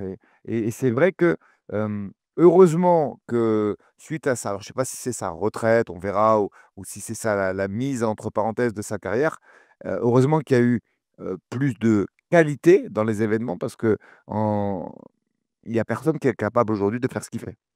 Soyons clairs et francs. Il n'y a personne dans notre pays pour le moment qui est capable de faire ce qu'il fait en termes de vente d'un combat. Personne. Il était venu enfin voilà, il est venu avec le matelas, genre, enfin, c'est absolument dingue de se mettre une sorte d'obligation de gagner comme ça et de briller. Et puis derrière, de faire en plus le truc en 9 secondes avec Kylian Mbappé au premier rang. Enfin, ça restera un moment unique, vraiment, dans l'histoire du MMA français. Je sais pas si on revivra ça un jour, vraiment, Aldoc. Je continue ma descente. Juste, après ça, on reste que à l'UFC. UFC 287, avril 2023. Comment ça se passe dans la tête d'Israël Adesanya dans le vestiaire quand Poatan t'as déjà battu 2 fois en kickboxing, que tu l'as ramené à l'UFC par tes déclins, qu'il est venu te prendre ta ceinture des middleweight pour te mettre à 0-3 contre lui, et que tu as la revanche, et que tu peux être à 0-4, et que tu sais que tu n'auras plus ta chance contre ce mec-là, ça se passe, et que ça restera ad vitam le mec qui t'aura traumatisé, que ce soit dans un ring de kick ou dans la cage. C'est pour la revanche en MMA de Adesanya contre Poatan, on devait être assez haut aussi, hein, Aldric, en pression. Ouais. Contexte là cette fois. Ah oui. Surtout quand tu as cette rivalité qui est intersport carrément. Ils ont déjà eu une rivalité en kick et tout. T'imagines le. D'ailleurs, pareil, hein, est-ce qu'il y a déjà eu. Il y a eu des grandes rivalités dans le MMA, mais un truc qui a déjà commencé en kick, par exemple, pour s'enchaîner en MMA, je n'ai pas d'autres souvenirs pareils, tu vois. Donc, je pense que là, c'est pareil. C'était une pression max, max, max. Pas le droit de se louper, hein. Enfin, vraiment, là, tu as un côté, toi, mais c'est pas toi qui t'es mis la pression. C'est que c'est une tâche énorme sur ta legacy si tu te loupes ce soir-là, en vrai. Ah oui, oui, oui. Bah, je pense que sa carrière pourrait pas s'arrêter parce que c'est une superstar de l'UFC, mais il aurait pu avoir un très, très, très, très, très gros coup de ralenti dans cette carrière si ça s'arrêtait là. Et il n'y a pas que du show quand il, tu sais, quand il tire les 3 flèches, là, après l'avoir mis KO. Il y a beaucoup de soulagement dans cette célébration-là. Ah oui, si tu regardes. évidemment. Très, très soulagé. Entièrement d'accord. Je redescends avec un événement que vous avez connu, avec Manon Fiorot, UFC 280, octobre 2022. Islam Makhachev. Là, je me demandais, parce que ça peut être une autre forme de pression. Avant le combat contre Oliveira pour la ceinture qui était vacante, on rappelle, en lightweight, parce qu'Oliveira avait raté la pesée dans sa défense précédente. L'ombre de Rabib, qui avait pris sa retraite 2 ans avant. Le papa Abdulmanap, qui était décédé, qui avait le father's plan, tu te souviens, le plan du père. Khabib va prendre la ceinture, à un moment, il va s'en aller, et c'est Islam, mon élève le plus doué. En plus, tu te rappelles ce qu'il disait le papa Nurmagomedov, qui va ensuite aller prendre cette ceinture. À Abu Dhabi, comme ça, tu penses qu'il y avait vraiment ou qu'il est, toi qui les as vus cette semaine-là, qu'il y avait un détachement qui lui permettait de pas être comme ça, ou que Islam, ce jour-là, il a beaucoup de pression sur les épaules avant ce combat-là. Non, non, les deux. Écoute, c'est même l'événement. Je ne sais pas t'expliquer pourquoi il y avait cette ambiance, même si, alors nous, on était, entre guillemets, pas nouveaux venus à l'UFC, puisque maintenant, elle prenait Choukagian pour la place de numéro 1. Donc, ça devait être, et je pense que c'était peut-être le 4e ou 5e combat de Manon à l'UFC, tu vois, déjà. Donc, et on avait quand même un certain recul sur la pression des événements. Là, c'était lourd, Alex. Mais lourd pour tout le monde. C'est-à-dire que tu avais, je recontextualise un peu pour ceux qui ne s'en rappellent plus, tu avais 45 blondinés brésiliens qui se baladaient dans l'hôtel. En plus, certaines légendes de la shoot box qui avaient fait le déplacement, style Macaco, tu vois. Donc, tu avais ces mecs-là. Du coup, chose qu'ils font jamais normalement, le clan Khabib, ils étaient une bonne vingtaine ou une trentaine aussi. Que, donc, déjà, tu croisais ça dans l'hôtel, tu avais compris. Euh, on est en plein Covid, ou en fin de Covid tout du moins. Euh, tous les combattants ont la pression sur ce soir-là, je sais pas pourquoi. Même d'ailleurs, moi, je t'écris et je te signe que si c'est dans un autre contexte, Sean Brady bat Belal. Et il n'y a pas ce fun. Parce que pour moi, il est bien au-dessus de Belal, vraiment. Mais en fait, ce soir-là, Sean, il est stressé complètement. Et dans le vestiaire, il y a une pression Donc qui ils ont. dégage de ça. C'est intéressant ce que tu dis. C'est-à-dire que la pression autour de ce combat-là principal, elle a déteint même carrément sur l'événement pour toi. Ouais, ouais. Ouais, vraiment. Il y a c'est lourd l'atmosphère dans le vestiaire, le discours de Dana, parce que pareil, tu vois, Dana, c'est pas beaucoup d'interventions. C'est moi, ça fait quoi maintenant? Ça fait 4 ans que je suis sur le circuit de l'UFC. D'ailleurs, je crois que je ferai ma 14e samedi en tant que coach. euh, et la 8e de Manon, 9e de Manon, pardon. Et du coup, ah, la pression qu'il y avait, c'était colossal. Même le discours de Dana, qui normalement est plutôt relâché et tout, c'était lourd. La salle était vide. Il n'y avait pas énormément de personnes. C'était à Abu Dhabi, tu sais, je crois que je me rappelle plus trop, mais il y avait moins de 5000 personnes, tu vois, dans la salle. Mais c'était pas vide parce que personne ne voulait. C'est parce que c'était les conditions d'Abu Dhabi qui faisaient cela. Et franchement, c'était très lourd. Et quand Charles est venu en costume dans le vestiaire, serrer la main de tout le monde qu'il y avait dans le vestiaire, en fait, si tu veux, l'UFC, c'est pas tous les combattants qui sont dans le vestiaire. C'est pas comme un gala classique. Après chaque combat, tu reviens plus dans le vestiaire. C'est-à-dire que tu te check. Donc, nous, on était premier combat de la main. Et c'est le moment où le moment où nous, on n'allait pas tarder à partir. Il y avait déjà Brady, il y avait déjà. Et Charles arrivait en costume. Et on a juste eu le temps de le saluer. Et on a été appelé pour aller se battre, tu vois. Mais ouais, je me rappelle encore. Tu vois, ça fait plus de 4 ans et je me rappelle encore de cette pression phénoménale. C'était lourd, lourd, lourd. Et même le discours de Dana et même la Bite Week, en fait. Parce que tu croisais ces mecs, tu pouvais pas t'entraîner super bien parce que à chaque fois que tu en avais un des deux qui s'entraînait, il y en avait 30 dans l'air d'échauffement, tu vois. Ah, c'était un UFC très spécial, vraiment très spécial. Et heureusement qu'ils ne le font plus d'ailleurs, que c'est passé de mode ces trucs-là, de venir avec une horde, une armée, tu vois, parce que franchement, c'était lourd. C'était vraiment lourd. C'est bien de t'avoir eu, tu vois, sur ce thème-là, parce qu'en étant en inside, tu t'as apporté des choses au-delà de, tu vois, la simple pression que j'expliquais du father's plan de Khabib sur ce combat-là. Pour tous ceux qui doutaient qu'il était 6 h du matin à Vancouver, j'espère que vous appréciez le soleil levant derrière Aldric Cassata là, sur Vancouver. C'est beau, c'est beau ce Jab Culture. Il y a une beauté voilà, de l'image. Merci Aldric de nous proposer ça. Je parlais d'Oliveira, pression un peu moindre, mais ça me faisait marrer de t'entendre un peu sur ce genre de situation. L'UFC 274 en mai 2022, quand Oliveira rate la pesée. contre Geji et qui peut plus, tu vois, il est destitué, il peut plus gagner cette. Il y a que Geji qui peut la gagner s'il gagne le combat. Et Oliveira, en gros, tu sais, on sait qu'il y a Islam qui attendait déjà derrière.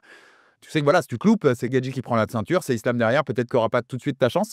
Ça doit être dur à gérer, ce genre de, enfin très très dur à gérer ce genre de situation, d'être un Alors, peu dans, c'est must win, tu vois. C'est vraiment là, tu peux plus te louper parce que tu t'es déjà loupé une fois dans le week-end, en vrai. surtout qu'en plus, c'est une injustice. Je rappelle, pareil, il y a eu en interne, il y a eu beaucoup de choses qui sont passées à l'UFC là-dessus.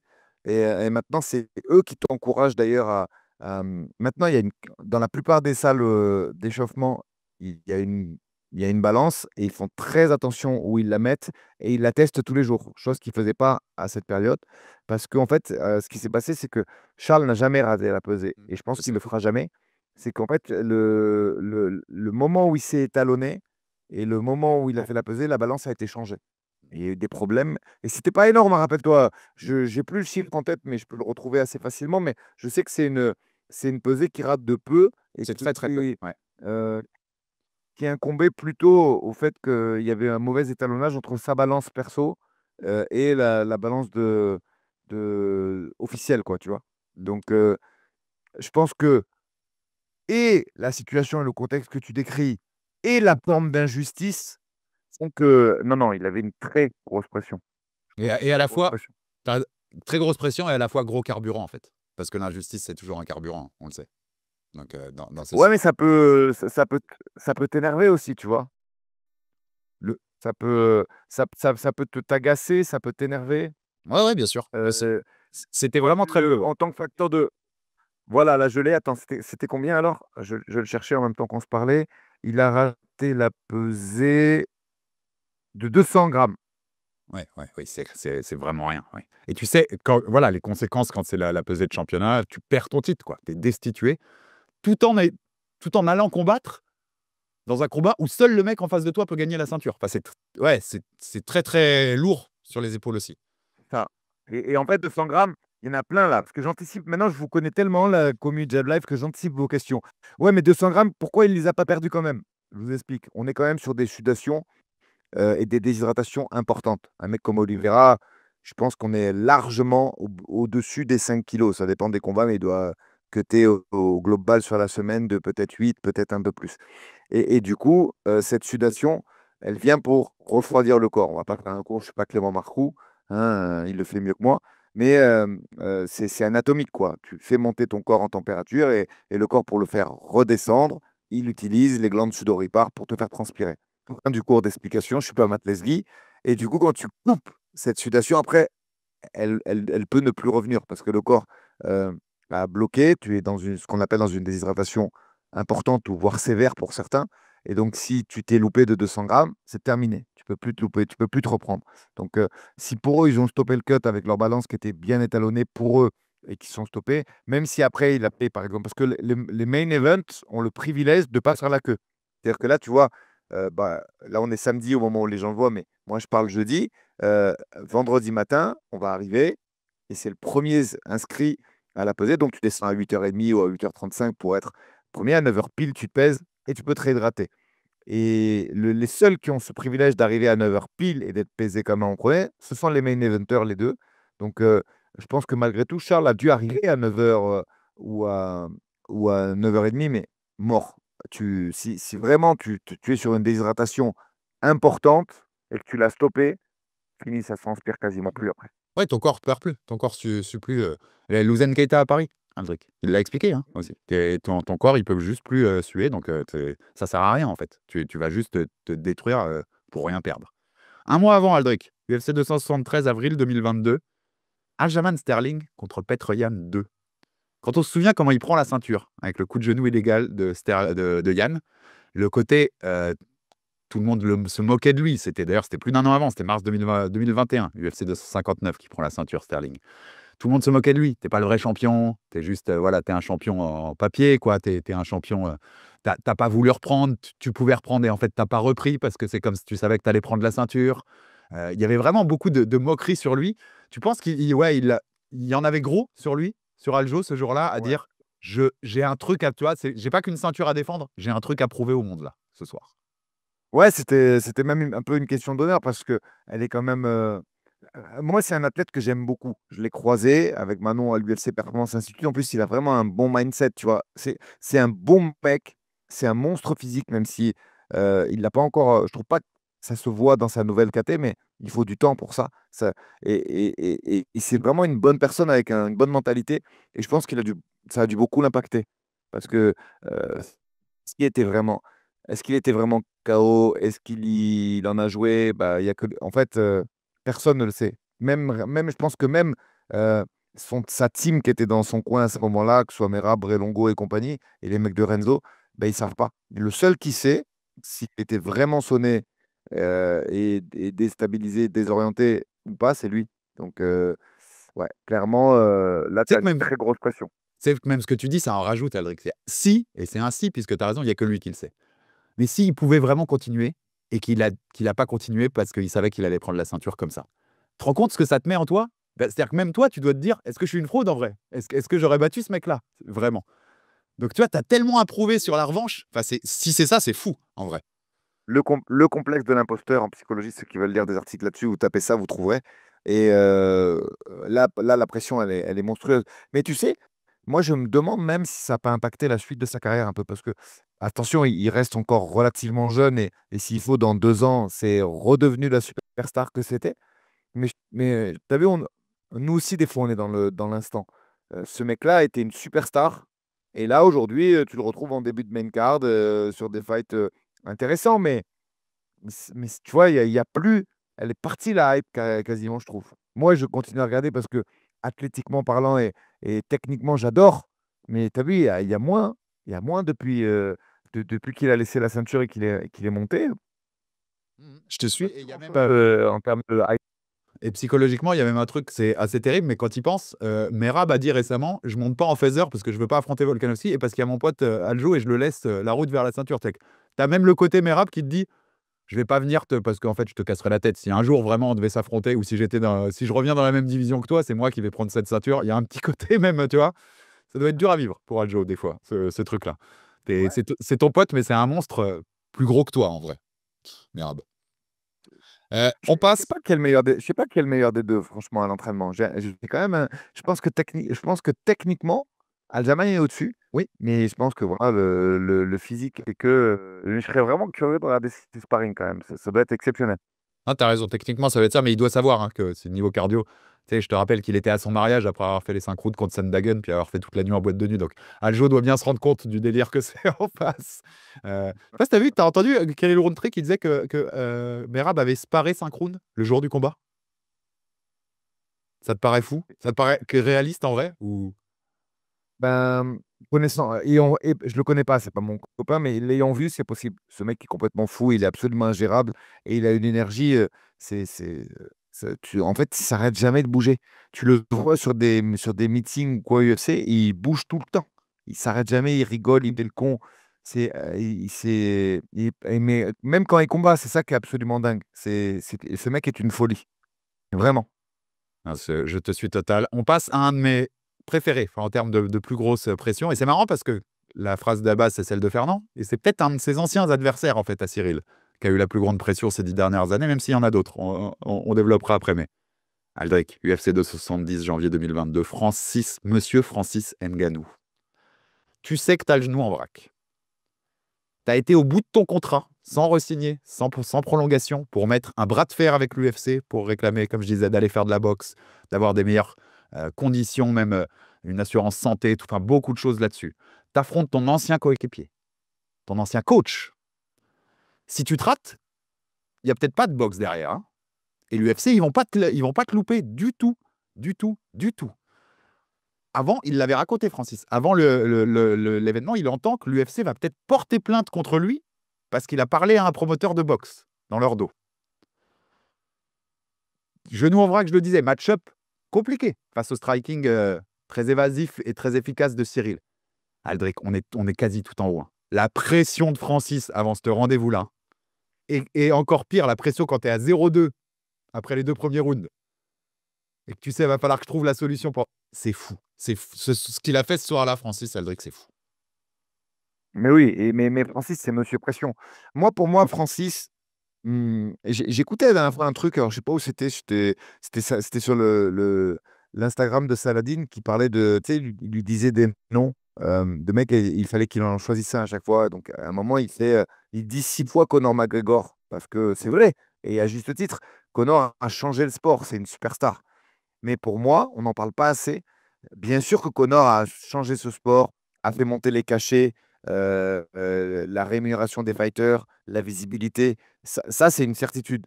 Mais pour moi, la suite de Conor, c'est Francis qui l'a fait. De par ses revendications, de par le fait qu'il est passé à la boxe, mais pas d'une façon exhibition. Conor, il a fait la boxe, ok, mais il a fait Mayweather, c'était un petit peu, j'ai pas envie de te dire encadré, scénarisé, mais tu m'as compris. Alors que Francis, il a fait une réelle passerelle sur des combats officiels de boxe où il a été classé top 10 après son premier combat en anglaise et tout. Et je pense que Francis, il a vraiment révolutionné le game. Mais vraiment. Et on n'en parle pas assez. Et pour moi, c'est vraiment le digne successeur de Conor dans le game changer de notre sport et qui fait qu'aujourd'hui, statistique extrêmement intéressante que j'ai lue lundi. T'imagines que le MMA, chez nous en France, est devant le football pour les 17-22 ou 17-24 ans, Alex. Et je pense que c'est grâce, même s'ils ne les ont pas connus directement, certains. Il y a certains jeunes qui aujourd'hui, Connor, pour eux, c'est un buveur de bière alcoolique, tu vois. Mais je pense que Connor a changé le game et Francis l'a fait aussi derrière et on n'en parle pas assez. Ouais, je te suis complètement. Et ce que je te dis, la pression qu'il a ce soir-là, avec tous les éléments qu'on a dit, et c'est absolument phénoménal. Il a à l'air, parié sur la lui-même. pression partout. Ce, La pression partout, la pression en MMA, la pression en anglaise derrière quand il prend Tyson Fury. Ce mec gère la pression. Francis Ngannou, c'est une superstar. Parce que ce qu'il a fait, même Conor ne l'a pas fait.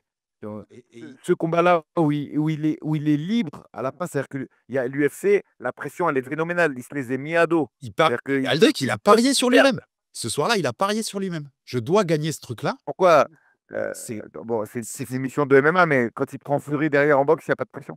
Non, mais enfin, tu vois, je trouve que il y a tellement en jeu pour lui. Parce que t'as pas le même aura pour prendre Fury si t'es pas. Il est parti de l'UFC avec la ceinture. Je suis le champion du monde. Je suis le champion du monde linéaire des poids lourds. C'est, c'est un pari sur soi-même qui est dingue. En plus, avec le genou en vrac, tu peux te dire, bah vas-y, je bâche le combat et on le fait plus tard, tu vois, pour être à 100%. Non, il y va. Fou. Phénoménal. Non, non, Francis, c'est exceptionnel. Il n'y a rien à dire là-dessus. Un monsieur. UFC 254, hop, on passe plus d'une année, octobre 2020. Un petit mot rapide, mais Rabib, Aldric, avant Gedji, avant le dernier combat de sa carrière, tu as perdu ton papa à cause du Covid il y a quelques semaines. Tu sais, puisqu'il l'a expliqué, tu as déjà promis à ta maman que tu vas plus combattre. En jeu, il y a non seulement de partir avec la ceinture et voilà, et de laisser cette legacy, de partir avec son zéro, de partir avec ce 29-0 invaincu qui est tellement rare dans ce sport où tout le monde peut perdre du jour au lendemain. Le manque du papa, qui pour la première fois n'est pas dans ton coin. Est-ce que ça va t'affecter dans la cage? Ça devait être, au-delà de la pression, c'est une situation psychologique très dure pour Rabib ce jour-là. Je rajoute le fait qu'ils prennent le mec qui l'a accueilli aux États-Unis et qui l'a pris un peu à côté, et qui, je pense, à cette période-là où ils sont entraînés en France ensemble, pardon, était plus fort que lui. Et sa fracture du pied, je crois, ou de l'orteil, je ne sais plus exactement, mais je sais qu'il a un truc pété à ce moment-là, Khabib. Voilà. Donc, t'imagines, le mec qui fait sa dernière, il est blessé, il prend un mec qui, à mon avis, quand ils sont entraînés ensemble au début, était meilleur que lui, euh, même si c'est loin d'être le cas au moment où ils s'affrontent, qui lui a appris à cutter et tout. T'imagines, donc ils sont pas copains, mais tu vois un peu la relation qu'ils ont. C'est-à-dire que Justin, il disait qu'il lui avait appris des trucs pour cutter, qu'il lui a donné des tips, c'est tout, tu vois. Ils se sont entraînés ensemble. Et en plus, il est blessé. Donc, et t'imagines un peu la hype qu'avait Gage à cette époque. C'était monsieur, je te descends en un coup. Cette hype, elle est un peu redescendue par rapport au contre-père d'Holloway. Enfin, vous connaissez, vous suivez l'actualité et nos émissions hebdomadaires. On va pas refaire le truc ici, mais au moment où ils se battent, il a une hype de fou, Gage, plus, tu vois. Donc, et en plus, si on veut dire un peu ce que toi tu disais, et il perd le premier. Il perd le premier officiellement. Rappelez-vous, regardez les feuilles des juges. Donc oui, il y a une Tu sais que pression, elle tu est ne monteras pas exceptionnelle. dans la cage, Aldric. Tu sais que tu reviendras, c'est ton dernier, alors que personne ne le sait. Il n'y a que toi qui le sais. Et sa maman. pour le coup. Assez fou et grosse force mentale de Khabib ce jour-là, au-delà du combattant et de la force technique et physique. Je l'ai noté, mais c'est un cran en dessous, beaucoup moins un cran en dessous que les autres types de pression que j'ai mis. Mais ça, c'était pour le sourire. Le Ousmane Covington de l'UFC 245, décembre 2019. Je pense qu'Ousmane avait une sorte de pression personnelle de va falloir lui faire fermer sa bouche à l'autre Colby, là. Tu vois, tu vois c'est moins important. Mais tu vois, parce que c'est différents types de pression, comme je disais, celle-là, ça va être un truc très perso de. Tu vas. Ouais, ton claquet, là, il va falloir le fermer. Très fort. Non, mais tu as raison de dire ça parce qu'en fait, quand tu commences à rentrer dans le trash talk, et là, je parle même aux combattants pro et amateurs qui nous écoutent, tu rentres dans une sphère du personnel, de la vanne, un peu du clash, et c'est quelque chose qui peut déstabiliser, qui peut motiver aussi, il y a plein de façons de le ressentir en soi-même, mais tu as raison d'en parler. Dès que ça parle trop, ça peut devenir quand même, ça peut changer l'environnement et la façon d'aborder le combat. Celui d'après, c'est un de mes préférés, Aldric. C'est pas un pay-per-view, c'est une UFC Fight Night, janvier 2019. Henri Cerudo contre TJ Dillashaw. TJ Dillashaw, qui Ah est oui. champion en bantam, qui descend défier le champion des flyweight, Henri Cerudo, qui vient de battre Demetrius Johnson. Tu te souviens? Déjà, tout le monde pense que Dillashaw va lui rouler dessus, ce qui ne sera pas le cas puisque TKO en 32 secondes au round 1. Mais en plus, pour les moins jeunes qui ne suivaient pas à cette époque-là, s'il perd, Cerudo, il y a une grande chance que l'UFC ferme la division flyweight. Les moins de 57, ça disparaît. Pas Ah de oui. Pantoja aujourd'hui, pas de tout ça. Pas de Figueiredo Moreno, la quadrilogie, tout ce que vous avez connu ces dernières années.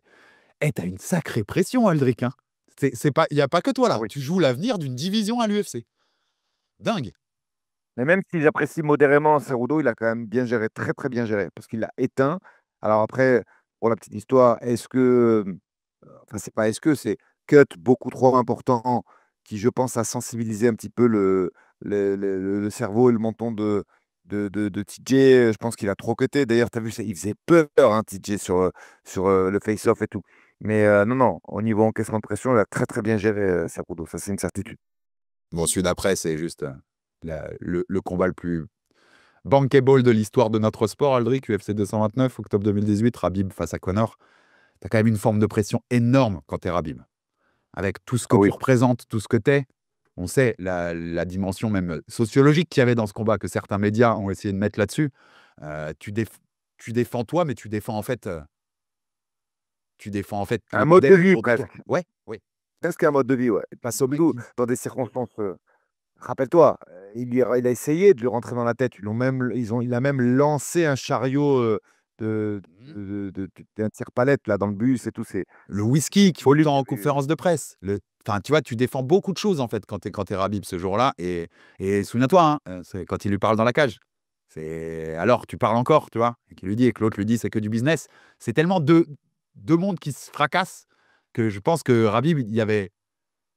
Si tu lui demandes quel était le combat que tu devais pas perdre dans ta tête avant le combat de toute ta carrière, c'est celui-là. Hein. Haut la Ah main. oui, oui. Ouais. Mais tu sais que je me rappelle encore moi de ce fight, hein. J'en ai des émotions encore je me rappelle tout ce qu'il y avait autour. C'était absolument.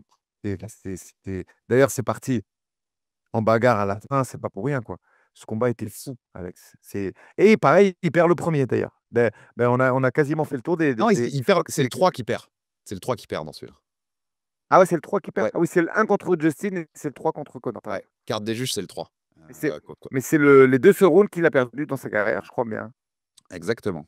Après, je t'ai mis UFC de 228 juste avant. Enfin, en fait, j'ai pris celui-là, mais ça aurait pu être n'importe lequel de ses défenses de titre. Ça, c'est pareil, c'était pour le clin d'œil. On n'a pas forcément à réagir longtemps. C'est Tyron Woodley contre Darren Till, UFC 228 septembre 2018. C'est juste que Woodley, avec son style, tu savais que l'UFC l'aimait pas et que je pense que chaque défense de titre, il était sous une pression de se dire si je le perds, jamais je retrouve. Tu sais, un peu en Kalayev avant Pereira, ce qu'on disait quand on a fait la preview. Si je le perds, peut-être pas avoir beaucoup de chance derrière de refaire la ceinture, quoi. Tu vois. Il y avait ce petit côté-là. Oui, mais Alex, je crois que c'est le combat où Darren Till a perdu la vue, pendant le cut, et c'est pour ça qu'après il est monté à 84 pour la suite de sa petite carrière à l'UFC parce qu'il a enfin, quand je dis petite, c'est pas pour dénigrer, hein, c'est que je pense que Darren Till a pas fait la carrière qu'il méritait compte tenu de son niveau, et je crois que c'est ce combat-là d'ailleurs où Darren Till perd la vue pendant quelques minutes, parce qu'il se déshydrate trop. En tout cas, voilà, c'était pour le petit clin d'œil aussi pour Tyron. Celui d'après, UFC 220, janvier 2018. On a parlé d'Ngannou, on va parler d'un adversaire d'Ngannou. Stipe Miocic avant Ngannou 1. Quand Ngannou est cette forme de monstre absolu qui met tout le monde KO, qui vient d'oblitérer Overeem, et que le monde entier pense que Ngannou va lui rouler dessus, alors que Stipe est déjà un champion établi, qui a, tu vois, qui a de la défense de titre et qui mériterait une autre considération. Mais je crois les cotes même sont folles, hein. C'est Ngannou nettement devant. Tu vois, il devait y avoir une forme de pression, pareil qu'on disait tout à l'heure, de OK, j'ai un truc à vous montrer, les mecs, tu vois. Votre nouveau héros, là, Ouais. Je l'avais trouvé exceptionnel, Sibé, sur ce combat. Calme, technique, le footwork et tout. Exceptionnel. il y a un. Non, non, celui-là, il est beaucoup plus qu'on pense, hein. Pression, à mon avis, sur Stipe. Ouais, tout le monde pensait vraiment qu'il allait lui rouler dessus. Je reviens avec un truc qui va rappeler un peu Cerudo, mais c'était moins fort parce que c'était moins précis qu'il voulait faire disparaître la KT. Mais la 11e défense de titre, qui est celle du record de Demetrius Johnson contre Reborg, c'est le armbar, le souplex armbar, hein, pour ceux qui se souviennent du finish. UFC 216, octobre 2017, c'est sa 11e défense, donc il a le record en ligne de mire. Et il y avait quand même déjà la menace à l'époque de faire disparaître les fly. Donc il joue aussi Je avec me ça. rappelle. Et tu as l'UFC, parce que l'UFC le menace. Tu sais, il voulait Garbrandt, l'UFC veut pas lui donner Garbrandt. Ils veulent faire Garbrandt Dillashaw, il y a blessure de Garbrandt. Lui, il refuse Dillashaw parce qu'il veut pas, tu vois, il voulait que Garbrandt. Donc l'UFC lui met les preuves. Ça se trouve, on va faire disparaître Takate. Il y avait une forme, je pense, de grosse pression pour DJ ce jour-là. C'est un de ceux qui ont vécu sûrement.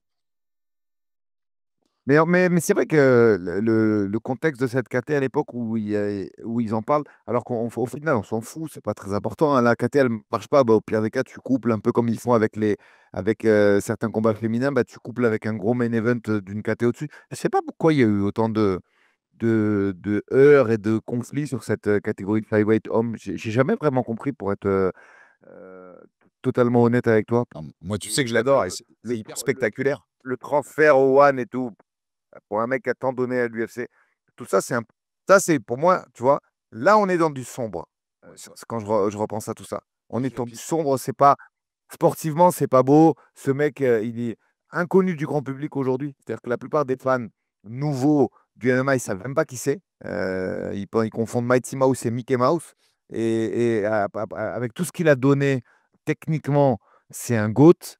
Techniquement, c'est un GOAT. Il était capable de faire des choses, comme tu dis là. Il fait un suplex et avant que le mec retombe, il est parti en clé de bras. C'est absolument exceptionnel. Et même ses setups de lutte, ses transitions, son striking, plus personne s'en rappelle. Il est allé finir sa carrière au One, alors de façon sympathique, mais je rappellerai à nos auditeurs ce que je pense du One, c'est pas sa place. Non, Voilà. non, Ce sera la complètement d'accord. fin de la petite aparté. Et au-delà de DJ, tu as raison, globalement, c'est une KT hyper spectaculaire. Ça a toujours fourni des combats enfin voilà, hyper engagés avec du rythme. J'avoue pareil, hein, mais je pense que c'est vraiment, il y a presque un délit de petit, quoi, tu vois, de la part des dirigeants de l'UFC, notamment de Dana. Il y a un peu de ça, quoi, tu vois. Ça a toujours été les light heavyweight, notamment, qui ont été une des KT historiques. Bon, bah ouais, il aimait pas trop les petits, hein. Je parlais de light heavyweight, UFC 214, juillet 2017, Cormier-Jones 2. La pression, elle est à fond quand même sur Cormier. Parce que Cormier qui a récupéré la ceinture parce qu'on l'a enlevé à John Jones, qui a été battu dans le premier. D'ailleurs, tu pourrais dire que Jones avait une forme de pression dans le premier lui aussi. Parce que tu sais, tu te rappelles le storytelling du premier, grosse rivalité, et puis Cormier, l'invaincu, le mec qui va lutter, le mec, l'Olympien de lutte qui va réussir. Donc, je trouve que c'est inversé. Sur le premier, c'était sans doute Jones qui avait cette pression de il faut prouver. Enfin, que le mec qui est censé pouvoir me battre, bah, je vais l'éclater. Et c'est ce qui s'est passé. Et le deuxième, c'est Cormier. T'es un peu un paper champ, mec, tu vois. T'es un champion juste parce que le champion était plus là. Et est-ce que tu vas réussir enfin à nous prouver ça? Mais elle est marrant ce doublé de combat parce que tu vois, pression inversée entre les deux. Ouais, puis on sait que je parlais du trash talk et moi, ça par contre j'en ai parlé avec lui, et lui il déteste ça d'ici. Parce que c'est un mec, franchement c'est vraiment un bon vivant et un mec très cool avec qui tu peux parler quand tu le rencontres sur les Fight Week et tout. Et lui il aime pas du tout ça. Lui il a ce côté justement, on voit que s'il a fait les jeux et tout, parce que il a ce côté olympique. Pour lui, le trash talk n'a pas sa place. Mais vraiment, ça le met hors de lui et je pense que ça lui a fait perdre beaucoup de ses moyens. Alors je te dis pas qu'il aurait battu John, hein. Ça c'est pas ce que je dis, hein.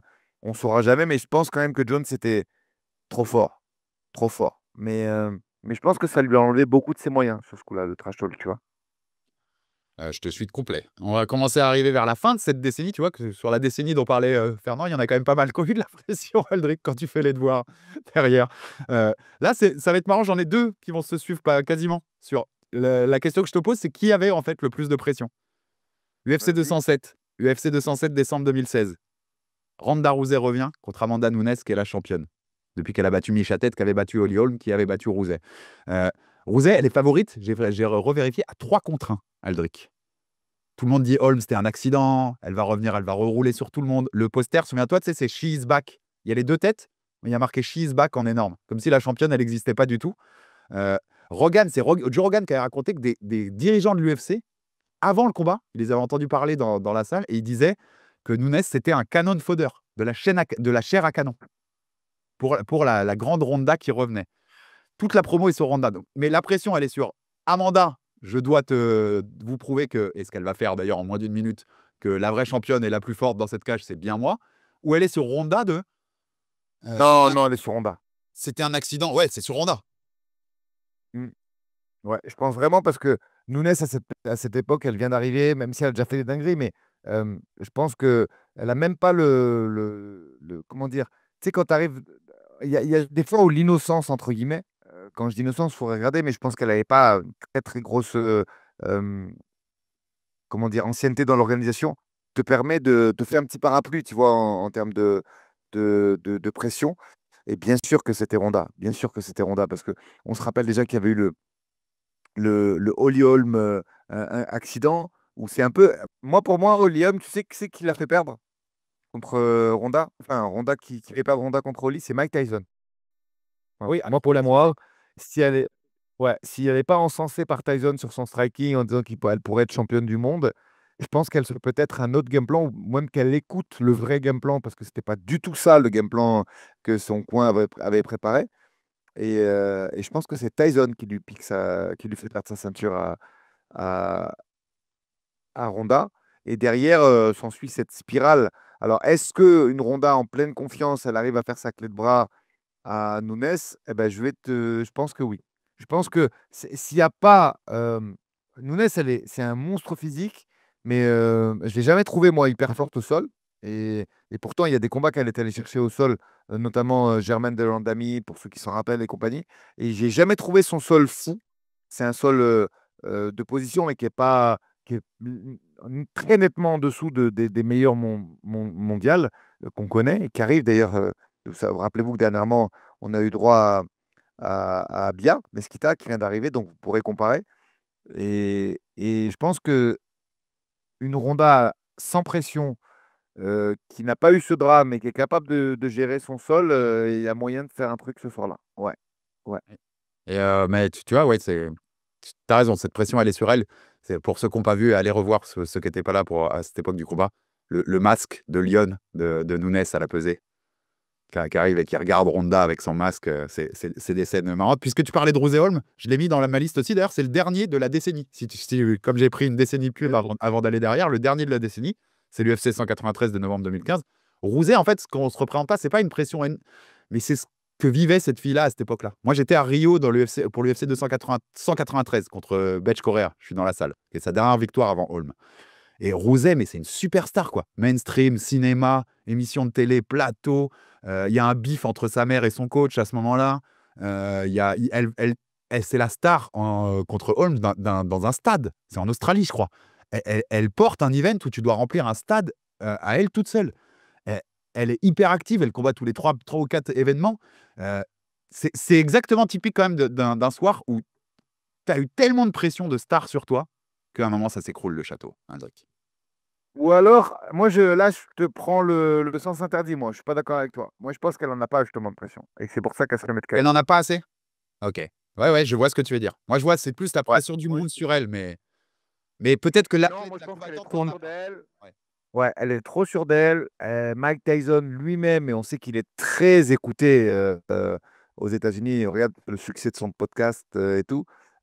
Quand tu as Tyson qui dit ouais, cette meuf, elle a un niveau mondial en boxe, franchement, elle pourrait être championne du monde d'anglaise. Là, elle se dit ok, let's go. Allez, cette meuf, parce qu'on se rappelle quand même que Holly Holm, elle mérite ses accessites et ses lettres de noblesse, même si aujourd'hui, je pense que 80% des gens qui nous écoutent ne savent même pas qui c'est. Elle prend un titre d'anglaise, d'ailleurs contre une Française, Anne-Sophie Matisse, mais qui a pris sa revanche contre elle aussi derrière. Mais bref, elle montre qu'elle est au plus haut niveau mondial en anglaise. Elle montre qu'elle est au plus haut niveau mondial en kickboxing. Et elle prend la ceinture de l'UFC ce soir-là. Donc elle mérite. Ça, personne ne l'a fait, hein. Non, non, non, c'est Moi un mec qui a été champion du monde d'anglaise, de kick et de MMA, il n'y en a pas. Et donc, voilà, Ronda arrive. Je pense vraiment, quand tu vois le niveau au sol quelques années après, c'est-à-dire que pour se rassurer, c'est-à-dire, non, mais Aldric, il dit des conneries au sol. Non, Holly Holm, elle n'a jamais touché le sol. Elle n'aime pas ça. Elle refusait de s'entraîner au sol chez Greg Jackson. Et regardez son combat contre Mera Bueno Silva où elle prend le ninja choke debout. Elle ne comprend pas les principes fondamentaux de ce que c'est un brabo, de ce que c'est tout ce qui est triangle de bras.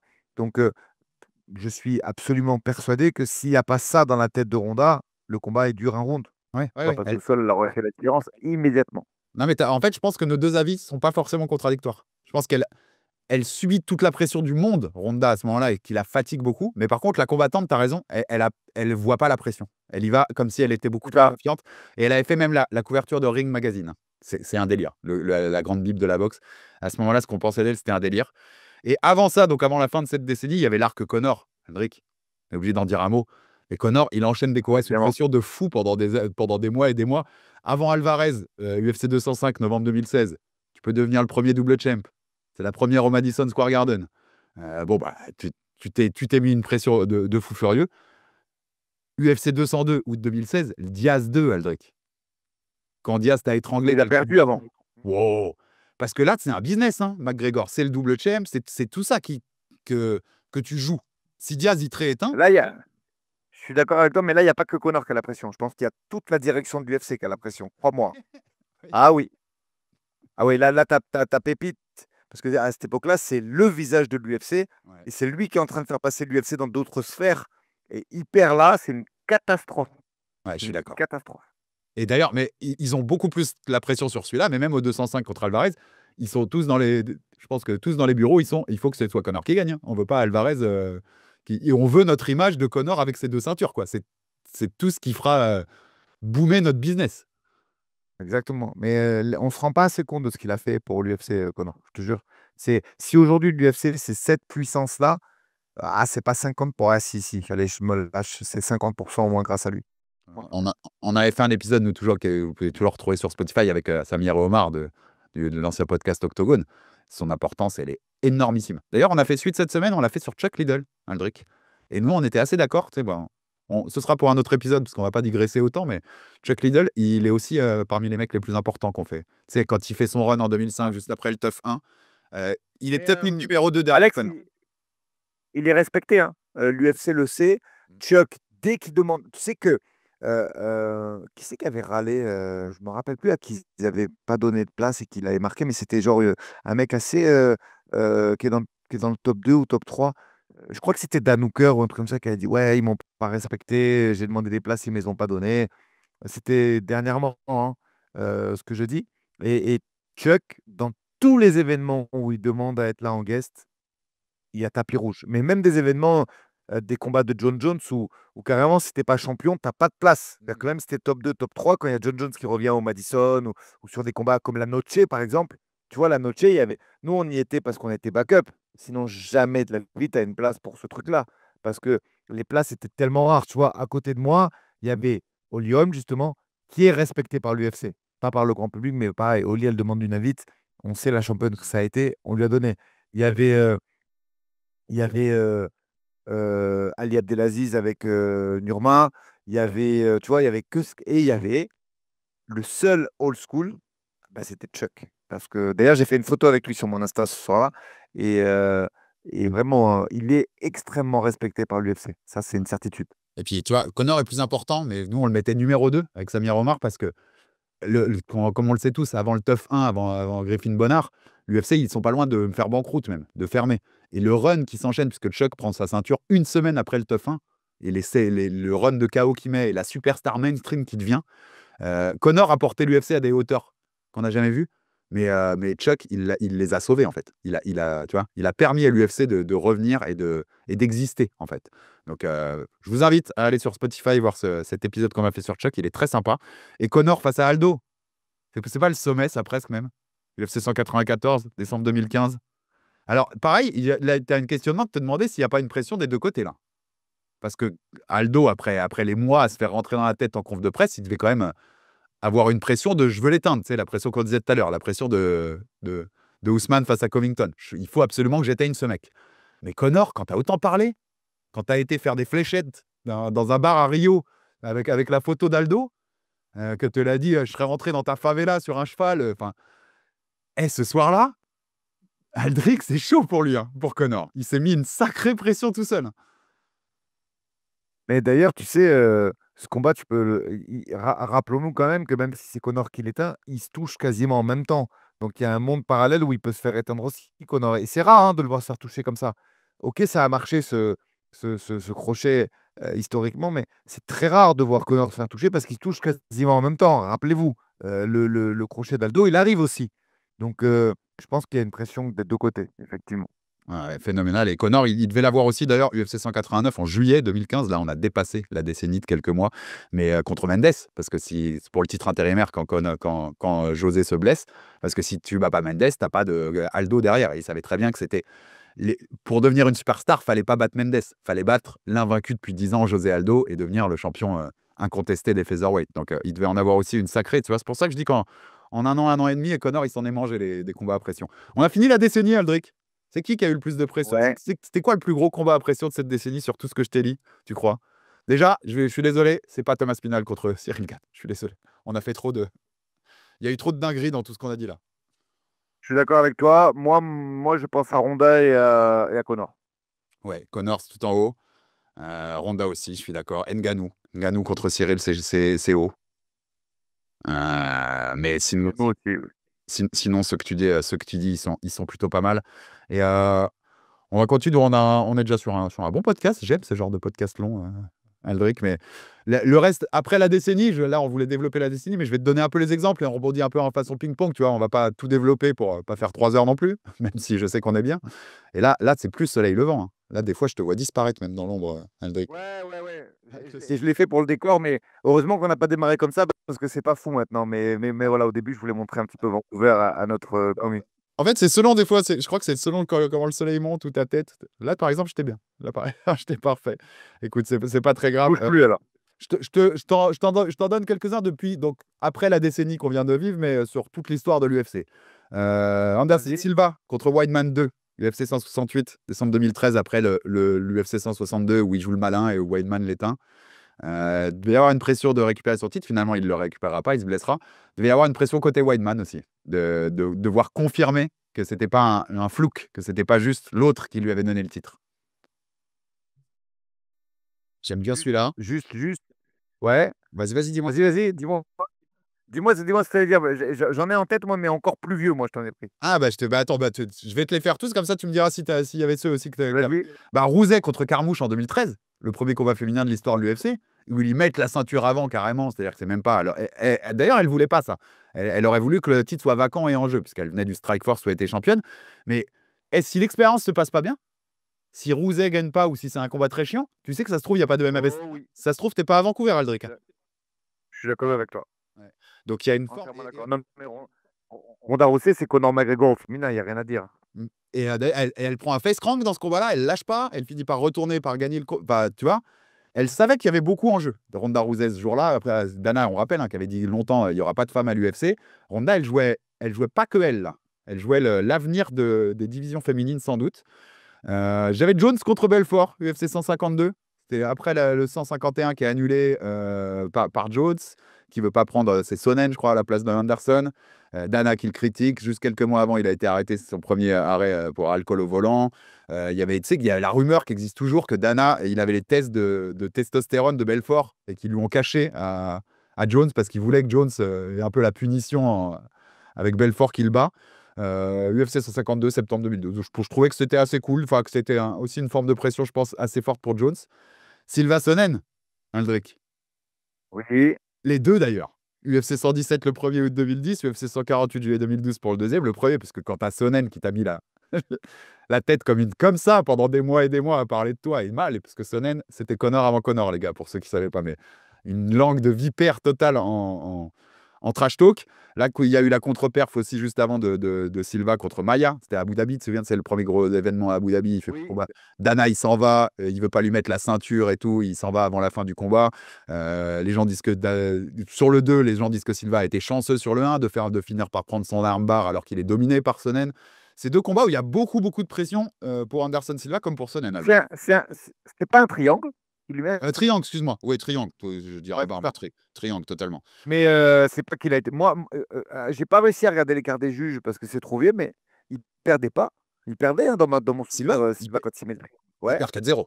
Pour moi, il perd. Ah voilà, on est d'accord. Il perd les 4. Oui, il a été très chanceux et oui, dans une autre planète, c'est Sonnen qui récupère la ceinture et qui met fin à la hype de Silva. Ça, je suis d'accord avec toi. Donc, dans Là, le. mais bien sûr qu'il y a une pression. Il sait très bien qu'il a perdu et qu'il s'en est. En plus, tu sais, pour avoir un petit peu parlé avec les mecs de la shoot box, c'était pas le mec le plus travailleur et qui allait le plus au cours de Jiu-Jitsu, Anderson Silva, hein. Vraiment. Donc, voilà, il y a un petit ange qui bénit Anderson ce soir-là parce que vraiment, c'est pas le mec qui allait le plus.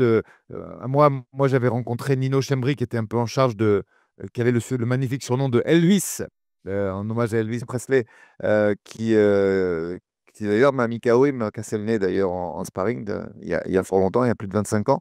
Mais bref, il me disait que c'était pas le mec qui allait le plus à l'entraînement de Jiu-Jitsu, Anderson, hein. Donc, je pense que c'est vraiment parce que Sonnen ne comprend pas une bille au jiu-jitsu brésilien qui prend ce triangle et que c'est uniquement la lutte qui fait que.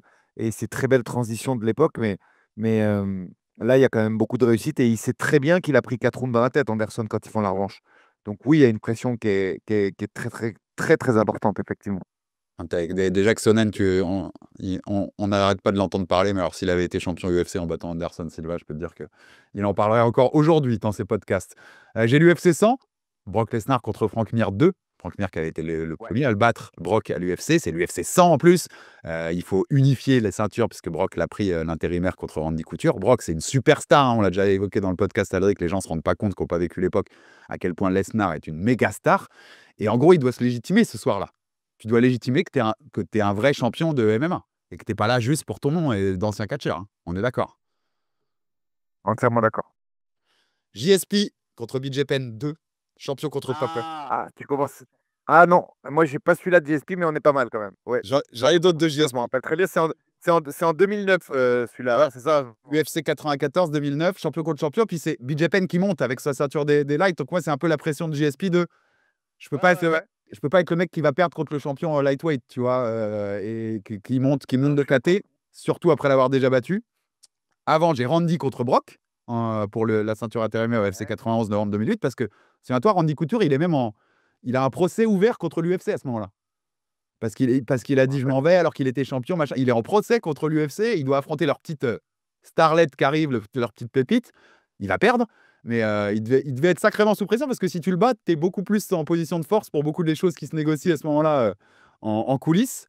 JSP, avant Serra, avant Matt Serra 2, UFC 83, avril 2008, et en Hughes 2, UFC 65, novembre 2006. On est là, clairement. Plus Serra, En plein dedans. plus Serra encore, non? Pour moi, c'est Serra 2. Ouais. Ouais. Parce qu'il ne devait pas perdre contre Serra. Contre Hughes, ça peut s'expliquer, mais contre Serra, tu ne dois pas perdre. Mais tu sais, en parlant avec lui, ça a à voir avec ce qu'on dit, hein. Mais des fois, on ne se rappelle pas. Notre mémoire, elle est sélective. Et là, je parle du noyau dur là, de Jab Life. Les mecs qui se rappellent de cette époque. Je vous rappelle qu'on est en 2004, 2005 et 2006 là. Donc, les petits jeunes, ils vont dire, mais j'étais même pas né. Et rappelez-vous quand même le début du run de Georges. Et puis moi, j'avais zappé, Alex, qu'en fait, il est remercié. Oui. C'est-à-dire que le mec fait la ceinture de l'UFC. Et à cette époque-là, c'était un peu spécial, l'UFC à cette époque. Il n'est pas vraiment remercié, mais il est autorisé, comme il n'y avait pas beaucoup d'émeutes, à aller combattre ailleurs. C'est-à-dire que le mec fait la première ceinture en octobre, le 22 octobre 2004, pardon, contre Matt Hughes. Il prend un armbar, il prend une clé de bras. magnifique d'ailleurs, puisque regardez ce combat, il est encore très d'actualité, il a bien vieilli. Georges essaie de faire une Kimura d'en dessous pour soit générer un scramble, soit faire quelque chose. Et en fait, il passe la garde, Matthews, et il passe de l'autre côté pour faire un Jujigatame. C'est absolument magnifique. Et derrière ça, il retourne au TKO. C'est-à-dire que vous vous rendez compte qu'à cette époque, tu fais la ceinture du UFC, tu la perds, et on te dit, bah, si tu veux aller combattre ailleurs, tu peux, parce qu'en fait, il n'est pas remercié, viré, mais à cette époque-là, il y a peu d'événements, donc il avait autorisé pour rester actif et repartir très vite, puisque il est reparti dès Oui, il te fait un combat ou deux. mois de Non? janvier. Ouais, il retourne au TKO pour prendre Dale Strasser et il retourne à l'UFC derrière pour prendre Jason Mayhem Miller, pour ceux qui se rappellent de qui c'était, qui était un des personnages déjà facétieux de l'époque et qui trash talkait un peu. Mais son début de carrière, j'avais zappé moi ça. Il repart au TKO après avoir eu son shot à l'UFC. Et pourtant, il avait fait un beau run, hein, et il arrive à l'UFC, il fait 3 win streak avant de taper Hughes. Et voilà, mais c'était comme ça à l'époque. Ouais, non. C'était une autre époque, une autre histoire. Tu vois, tu es arrivé à l'UFC, tu fais 2 victoires, tu fais la ceinture, tu perds, tu retournes au TKO. C'était quand même assez spécial.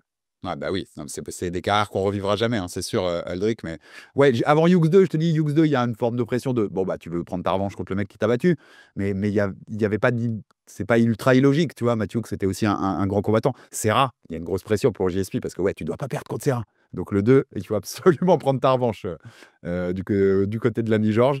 J'ai aussi Ortiz avant Lidl 2, UFC 66, décembre 2006. Le 1 à l'UFC Oh oui. 47, il se fait cartonner par Lidl. C'est le chaos contre la cage où il s'écroule. Allez le voir si vous ne l'avez pas vu. On en a parlé aussi avec Samir et Omar. C'est un déferlement de coups. Il se met en boule tellement il en prend dans la tête Ortiz. Ortiz, c'est une méga star à l'époque. Mais Lidl est devenu encore plus une star avec son run de 7 KO de suite, qui sont d'ailleurs. C'est le 7e celui-là, le Ortiz 2. C'est toujours le record à l'UFC. 7 KO de suite dans 7 combats. Il n'y a personne qui a fait mieux pour l'instant que Chuck Liddell. Et c'est que ce combat, mais c'est pour rappeler aussi, Aldric, Ortiz Lidl 2, pendant longtemps, c'est resté l'événement qui a généré le plus d'argent pour l'UFC. C'est un méga combat. Ortiz, il sort de 5 victoires après la première défaite contre Lidl, je crois 5 ou 6. Il a rebattu 2 fois Shamrock, Ken Shamrock. Enfin, il est encore sur un gros run. Il veut prendre sa revanche. C'est le dernier combat avant que Lidl perde sa ceinture contre Quinton Jackson, qu'il avait déjà battu au Pride d'ailleurs. C'est dernière défaite et la défaite d'ensuite pour Lidl. Mais c'est un événement sous pression pour Ortiz qui parle en plus, qui jacte. Énorme Ortiz Lidl 2, Aldric. C'est les 2 premières, pour moi, c'est les 2 premières superstars de l'UFC, de mon avis. Ouais. Et d'ailleurs, alors, on peut pas dire combat par combat, mais c'est vrai qu'en termes de pression aussi, tu te rappelles, on est à l'époque là où ils viennent d'absorber le Pride. Et en fait, je pense que tous les mecs du Pride qui étaient des stars là-bas et qui ont été absorbés dans le rachat et dans le rooster, ils ont eu une très grosse pression aussi. Ouais. Tu vois, ouais. Tous les mecs qui étaient au Pride avec les facilités, parce qu'on se rappelle que des fois, s'il fallait décaler la pesée d'une demi-journée, ils les autorisaient au Pride. On pourrait, pour ceux qui ont combattu là-bas, les faire témoigner et raconter un petit peu. Alors, c'est pas du laxisme, mais voilà, des petits arrangements qui étaient possibles de faire avec les Japs. Ils ont dû avoir une très très grosse pression quand ils sont revenus sur les UFC américains. Bah, tu sais, La pression, elle a dû être. Quinton Jackson, que je te citais, UFC 71, c'est mai 2007, c'est juste après donc, le Ortiz Lidl 2 qui est gagné par Ortiz. Quinton qui l'a battu au Pride en plus, qui arrive à l'UFC, qui doit affronter le champion, la superstar Chuck Liddell à l'UFC. Ouais, il fallait confirmer ce que tu avais fait au Pride. Et en vrai, Liddell, il devait avoir une pression en 2003 quand il va faire Overeem et Quinton Jackson au Pride. Parce qu'on rappelle, plus jeune aussi, qu'à ce moment-là, c'est le Pride qui est plus fort que l'UFC. Et même l'UFC est Le médiatisé, ouais. voilà, plus médiatisé. C'est les époques 2003 où l'UFC va mal financièrement et tout. On n'a pas encore reparti de l'avant. Et les mecs de l'UFC, Lidl va représenter l'UFC au Japon au Pride dans un tournoi middleweight, donc qui est C'est l'équivalent très des bien que pays. tu l'as posé. C'est le visage de l'UFC au Japon pour le tournoi, effectivement. C'est assez fou parce qu'il devait avoir la pression de se dire, tu vois, je représente l'orga l'UFC pour aller, même si c'est pas le mastodonte Mais d'aujourd'hui, pour se il est défendre rentré contre sur Fall la Pride. musique. Il est rentré sur la musique de l'UFC, Chuck Ouais. Liddell. Ça, c'est une époque quand même fabuleuse. Et il m'en reste 2, Aldric. Si t'en as d'autres, tu m'en diras rapidement aussi. Celui-là, je l'adore. UFC 35, janvier 2002. Jens Pulver contre BJ Penn. Ah oui, Parce que BJ Penn, je sais que tu vois où Pulver. je veux venir. prodige, premier champion du monde de Jiu-Jitsu en ceinture noire, qui n'est pas brésilien, je crois, ou enfin américain, mais même je crois qu'il n'est pas Oui, oui, brésilien c'est tout ça. court. Il éteint ses 3 premiers adversaires à l'UFC au round 1. Il est ultra favori contre Pulver, qui était le premier champion lightweight de l'histoire, et toujours le plus jeune à avoir été champion lightweight, des légers donc. Tout le monde dit que BJ Penn va éclater Jens Pulver, qui est ultra underdog alors que c'est lui le champion. Tout est écrit pour que le Prodigy arrive et soit le champion. Et bah patatras, c'est Jens Pulver qui va gagner. D'ailleurs, qui perdra son titre pour dispute contractuelle quelques mois après. Mais Pulver, je te jure qu'il devait avoir une sacrée pression parce que quand tu as le monde entier qui te dit que tu vas te faire éteindre. Mais tu sais qu'il était très fort, hein. Franchement, c'était lui pareil. Tu sais, dans les visages un peu de cette époque, t'en as pas beaucoup qui ont bien vieilli. Moi, j'essaie des fois de faire voir un peu ces combats-là à Manon, aux jeunes de mon club. Ils me disent, ouais, coach, c'est pas fou, tu vois, c'est dégueulasse. Et pour moi, euh, Pulver, Frankie Edgar, GSP, ça a bien vieilli quand même encore. Ils avaient déjà un niveau stratosphérique techniquement. Et Pulver fait partie de ça. La boxe de James Pulver, Alex, elle était déjà niveau mondial à cette époque, tu vois. Mais C'est t'as raison, hein. c'est vraiment des mecs. T'as raison sur le niveau technique de ces combats à cette époque-là, mais un Pulver BJ Penn, ça se regarde tranquillement. Parce que Penn aussi, hein, c'était fabuleux. Enfin, Penn, voilà. Ouais, ouais, ça a très bien vieilli. Son sol et tout. Je veux dire, il y a des combats, tu peux t'endormir là. Tu peux zapper directement quand tu les regardes. Même au Pride, hein, tu regardes des trucs. Ah, c'est ça que je regardais. Et en fait, ça, par contre, c'est des combats qui ont extrêmement bien vieilli, qui sont quasiment. Alors, ça manque peut-être un peu d'intensité avec notre MMA de 2025, mais techniquement, on est au même level quasiment, je t'assure. Ouais, c'est vrai que cette phrase, c'est ça que je regardais, elle peut tomber quand même. Quand tu regardes certains trucs du Pride, même les oppositions un peu fortes, Wow. un peu freak show et tout, tu te souviens, enfin, voilà, c'était quand même vraiment autre chose. Et le dernier, c'est le premier, je te l'ai cité tout à l'heure, mais on est obligé. Tu peux, dans les 10 premiers, en trouver aussi, parce qu'il y avait des super fights, des Shamrock Gracie, tu vois. L'arrivée aussi de Dan Severn, des Coleman et autres, mais Royce Gracie avant l'UFC 1, Aldric, en novembre 93. Parce qu'à un moment, c'est Rorion, Gracie, qui a co-créé l'event avec Art Davy et Campbell McLaren derrière. L'événement, l'UFC, a été créé pour que les Gracie montrent que leur jiu-jitsu était supérieur aux autres arts martiaux du monde. Je veux dire, la pression familiale sur les épaules de Royce, Aldric, elle est quand même énorme ce soir-là. Faut pas te Oui. louper. Ah oui. C'était vraiment en plus. Attends, je veux pas dire de bêtises, mais c'est celui-là où il y a Shamrock aussi dans le. Ouais, ouais, ouais. Mince, je cherchais le. La Shamrock, c'est la demi-finale contre Gracie. Voilà. En fait, si tu regardes bien, alors on va pas refaire tout le roster du tournoi, mais tu as quand même des mecs qui savent très, très bien. Je veux dire, Kevin Rosier, Gérard Gordo, tu vois, Art Jimerson, je crois que c'est celui qui est décédé d'ailleurs, qui avait un gant d'anglaise. Et je crois qu'il est décédé il y a très longtemps, qui avait Un gant d'anglais et un gant l'autre main d'anglaise. libre pour se taper. Au cas où. C'est ça. Et tu vois, il savait très bien que Royce allait passer facilement. Le seul combat compliqué, c'était Shamrock qui faisait déjà une forme de. C'est un peu ce que font certains Japonais. Tu vois, ils faisaient un peu du shoot wrestling. Déjà, il était déjà dans les ligues. Il était déjà dans les ligues japonaises. Donc à ce moment-là, c'est le seul qui peut lui poser un petit problème, tu vois. Et je pense que oui, à cause de ça, il avait une très grosse pression parce qu'il était déjà Shamrock à ce moment-là. Il a déjà quelques combats dans la Ligue Pancras Japon, où en plus il a battu Funaki. Et donc, il peut poser problème quand même. Ils savent pas, ils connaissent pas vraiment son niveau, tu vois, les Gracie. Ils savent que cet Américain-là, c'est le seul Américain qui touche un petit peu au sol Ouais, et qui est déjà parti s'exporter au Japon. Et donc, je pense que le fait de ne pas savoir, parce que pareil, rappelez-vous, recontextualiser, Royce, c'est pas le meilleur en jiu-jitsu brésilien. Il n'a pas un niveau mondial. Il est bien meilleur que certains Américains qui ne connaissent pas le sol.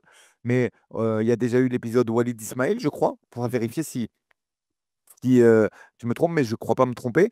Et ce n'est pas du tout le meilleur jiu-jitsuka que fait le Brésil aujourd'hui. Donc, tu as un mec en face là qui sait faire du grappling, mais tu ne connais pas vraiment son niveau.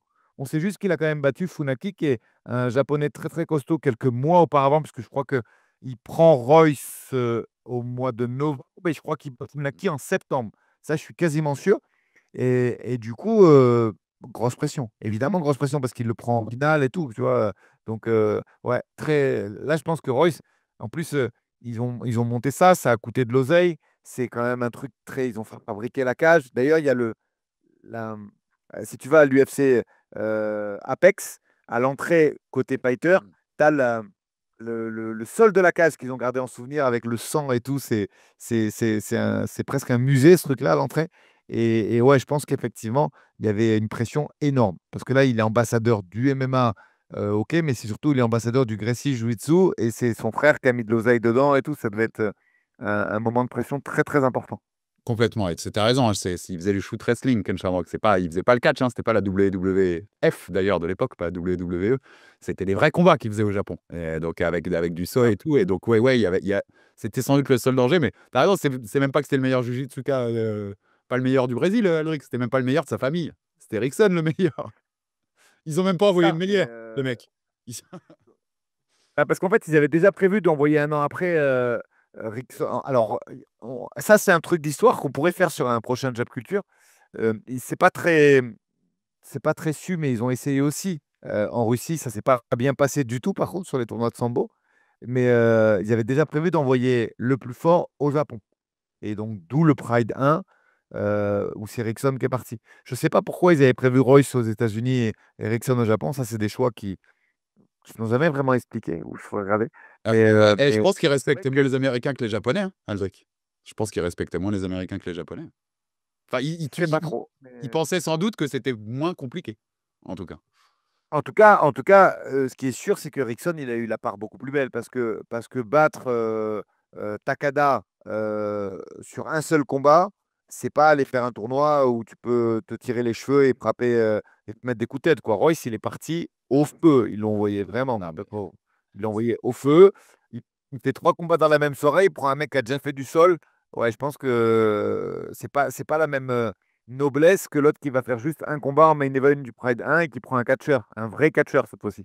non, non, il a sauvé, enfin voilà, il a gardé l'honneur de la famille Gracie, mais grosse pression famille, de famille, ouais, ce jour-là. Cet UFC 1 où quand même dans les 25 premières secondes, Monsieur Gordo, le grand kickboxer, ou Savate peut-être qu'il faisait, je sais plus, le Hollandais Gérard Gordo. voilà, qui met qui met une sorte de penalty au sumo des îles Pacifiques le long de la cage et la dent du mec vole. Ça fait 25 secondes que l'UFC a été créé, t'es au parfum pour. Tu sais ce que tu vas voir. Aldric, t'en as d'autres ou on a fait le tour? C'était cool ce petit. On a fait le tour. Ah, c'est- c'était très sympa. Ouais, Très c'était cette sympa. petite plongée historique dans ces combats à pression. Donc vous voyez, il a raison Fernand, il y a de la pression sur Aspinal, mais il y en a eu d'autres, beaucoup d'autres qui ont eu beaucoup de pression dans l'histoire de cette organisation et de ce sport. On n'a même pas fait le Pride, tu vois. J'aurais pu encore t'en sortir et dans d'autres orgas. Aldric, je vais te laisser. Je pense que tu as des choses à faire du côté de Vancouver. En plus, là, t'as disparu, hein. Là, je vois, hein. Je vois une 8 ombre. heures, 8 heures, 8 heures du mat. 8 heures du mat. Non, c'est tranquille encore là. Maintenant, au moment où on se parle, on a franchi la barre des 3 kilos. Il reste moins de 3 kilos à perdre. Donc, easy job. Easy job. Il vient de se lever. Moi, j'ai déjà son poids et je sais qu'on n'aura même pas 3 kilos à côté. Donc, c'est très bien. Ah, c'est des nouvelles qui font plaisir, puisque vu l'heure que tu m'annonces, ça veut dire qu'il te reste plus de 24 heures, enfin 25 heures, pour pouvoir faire le poids Mm, avant la pesée c'est de ça. demain. Donc on est bien du côté de Manon Fiorot. Et quand vous verrez ce Jab Culture, comme je le disais, on sera à quelques heures du combat. Plein de force à la team, à Manon. T'envoies plein de force, bien sûr, à tout le monde et plein de force à toi. Aldric, ramène-nous cette belle victoire à Nice. Et on se revoit de toute façon lundi. Tu seras encore au Canada, mais on fera un Aldric Enerby, bien sûr. Grosse preview de Aspinal Gan, plus technique et plus sur le combat en lui-même. Aussi plus que cette histoire de pression qu'on a fait aujourd'hui. Et puis bien sûr, débrief de Manon et de l'UFC Vancouver parce que c'était un gros événement. Il y aura aussi un peu de débrief de Arès. On vous en a parlé lundi. Il y a Bien sûr. Maki contre Jordan Zebo ce week-end du côté de Strasbourg. Donc gros week-end de MMA et gros week-end après avec Aspinal Gan en direct, en live sur YouTube depuis les studios Recordia à Nice. Merci Monsieur Casata, merci Aldric. Plein de force à tout le monde une nouvelle fois. Et on se retrouve très très vite dans Jab Culture, enfin dans Aldric Enerby et dans Jab Culture sur Jab Life. Force à Manon Fiorot. Ciao, ciao Aldric. Ciao, ciao.